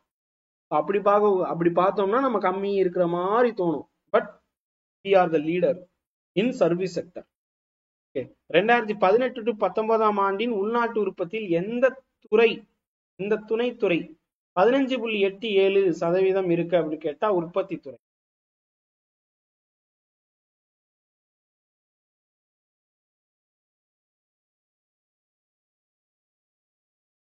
அடுத்தது, பின்வருவனவற்றில் எது பொருளாதார வளர்ச்சியை வரையறுக்கிறது சிறந்தது? குறிப்பிடத்தக்க காலத்தில் மொத்த உள்நாட்டு உற்பத்தியில் இருந்து அதிகரிப்பு, அதாவது ஜிடிபி ஜிஎன்பி பார்த்து சொல்றாங்க அவங்க. ஜிடிபி ஜிஎன்பி ஓவர் ஏ பீரியட் ரெண்டுமே வந்து மாறி இருக்கு. தேசிய உற்பத்தி மாத்திக்கோங்க. வளர்ச்சிக்கும் அப்படின்னு சொல்லி கொடுத்தா இது வந்து குரோத்துக்கும் டெவலப்மெண்ட்டுக்கும் அப்படின்னு சொல்லிட்டு வரும். வளர்ச்சிக்கும் மேம்பாட்டுக்கும் என்ன வித்தியாசம்? இங்க பாருங்க, வளர்ச்சி அப்படிங்கிறது ஒருத்தன் வந்து உயரமா வளர்றான்னு வச்சுக்கோங்க, அது வளர்ச்சி. ஓகேங்களா, உயரமா வளர்ந்துகிட்டே வர்றான், அது வளர்ச்சி. வெயிட் கூடிக்கிட்டே இருக்கு, அதுவும் வளர்ச்சி தான். ஆனா வந்து அவன் அறிவு இல்லைன்னு வச்சுக்கோங்க, அது வளர்ச்சி கிடையாது. அப்ப உடம்பை வளர்த்தேன் மூளையை வளர்க்கல அப்படின்னு அது வளர்ச்சி இல்லை. அப்ப அது என்னன்னு சொல்லுவாங்கன்னு கேட்டா மூளையும் சேர்ந்து வளருதுன்னா அது வந்து மேம்பாடு. மேம்பட்டு இருக்கக்கூடிய சமூகமா இருக்கணும், வந்து அவங்க இன்டெலெக்சுவலா இருக்கணும்னு சொல்ல வராங்க, அறிவுசார். அதுதான் வந்து உங்களுக்கு ஒரு ப்ராம்ப்டா சொல்லணும்னா இந்த ரெண்டும் தான் வித்தியாசம். இப்ப இங்க நம்ம சப்ஜெக்ட் ஓரியன்டா பார்க்கலாம். குரோத்னா எவ்வளவு வந்திருக்கு. நேத்து வந்து பாத்தீங்கன்னா அவன் வந்து 1 மார்க் எடுத்திருக்கான் போன டெஸ்ட்ல. இந்த டெஸ்ட்ல அவன் வந்து கிட்டத்தட்ட 100% இன்க்ரீஸ் ஆயிருக்கான். அப்ப எவ்வளவு மார்க்? போன டெஸ்ட்ல வந்து பாத்தீங்கன்னா 2 மடங்கு இன்க்ரீஸ் ஆயிட்டான். அப்படி சொன்னா எவ்வளவு மார்க் அர்த்தம்? 2 மார்க் ஏறி இருக்கு. போன தடவை 100க்கு ஒரே ஒரு மார்க் தான் எடுத்தான். இது நான் இன்ஜினியரிங்ல பண்ணிருக்கேன், மேக்ஸ்ல. ஓகேங்களா, 5 மார்க் சார் போன டெஸ்ட்ல. இந்த தடவை எவ்வளவு மார்க்? இந்த தடவை நான் வந்து 2 டைம்ஸ் பண்ணிட்டேன் சார். 100% development sir. அப்ப எவ்வளவு மார்க்? 10 மார்க் 100க்கு. அப்ப அது வந்து growth காமிக்கும். ஆனா அது ரைட்டானா ரைட் இல்ல. புரியுதா உங்களுக்கு? அப்ப growth வந்து பாத்தீங்கன்னா அவுட்புட் எவ்வளவு அந்த பெர்சன்டேஜ்ல ரொம்ப உயரமா இருக்கிற மாதிரி காமிச்சிட்டு. தமிழ்நாட்டுடைய கல்வி வளர்ச்சியை விட பீகாருடைய கல்வி வளர்ச்சி சதவீதத்தில் அதிகம். அதனால தமிழ்நாடு வந்து கம்மியாயிருச்சுலாம் அர்த்தம் இல்ல. தமிழ்நாடு தான் இதுக்குள்ளேயே டாப்ல இருக்கும். கேரளாவை வந்து பாத்தீங்கன்னா பிரைமரி எஜுகேஷன்ல, ஆனா என்ன சொல்ல, ஹையர் எஜுகேஷன்ல தமிழ்நாடு தான் டாப். இந்தியாவுக்கே டாப். இந்தியாவிலேயே நம்ம தான் டாப்ல இருக்கோம். அப்ப பீகாரோட கம்பேர் பண்ணா பெர்சன்டேஜ் வைஸ் நம்ம ரொம்ப கம்மி. ஆனா வந்து யார் அதிகம்? டெவலப்மெண்ட்னு பார்க்கும்போது லிவிங் ஸ்டாண்டர்ட் பார்ப்பான். புரியுதா? ரெண்டுத்துக்கும் வித்தியாசம் புரியுதா? அப்ப பெர்சன்டேஜ் வைஸ் வச்சு எல்லா இடத்துலயும் பார்த்தா சரியா வராது. லாபத்துல பார்க்கலாம், உத்தியோகத்துல பார்க்க கூடாது. Which tool is use to measure economic development? இப்ப இந்த பொருளாதார மேம்பாட்டுக்கு வளர்ச்சின்னு சொல்லும் போது மேம்பாடுன்னு மாத்திக்கோங்க. மேம்பாட்டுக்கு எந்த கருவி பயன்படுது அப்படின்னு கேட்டா மனித வள மேம்பாட்டு குறியீடு அப்படின்னு சொல்லுவாங்க. ஹியூமன் டெவலப்மெண்ட் இண்டெக்ஸ் இதுதான் வந்து பார்ப்பாங்க. மேம்பாட்டுக்கு இதுதான். growthக்கு ஜிடிபி. இந்தியாவின் வளர்ச்சி பற்றி எந்த அறிக்கை உண்மையாக இருக்கு? நல்லா கவனிங்க. மனித வளர்ச்சி குறியீடு எவ்வளவு கொடுத்திருக்காங்கன்னு பாருங்க. ஆப்ஷன் பி தான். 58வது கேள்வி அப்படின்னு சொல்லும் போது வளர்ச்சி புறக்கணிக்கும் பொருளாதார வளர்ச்சியில் என்ன அடங்கும்?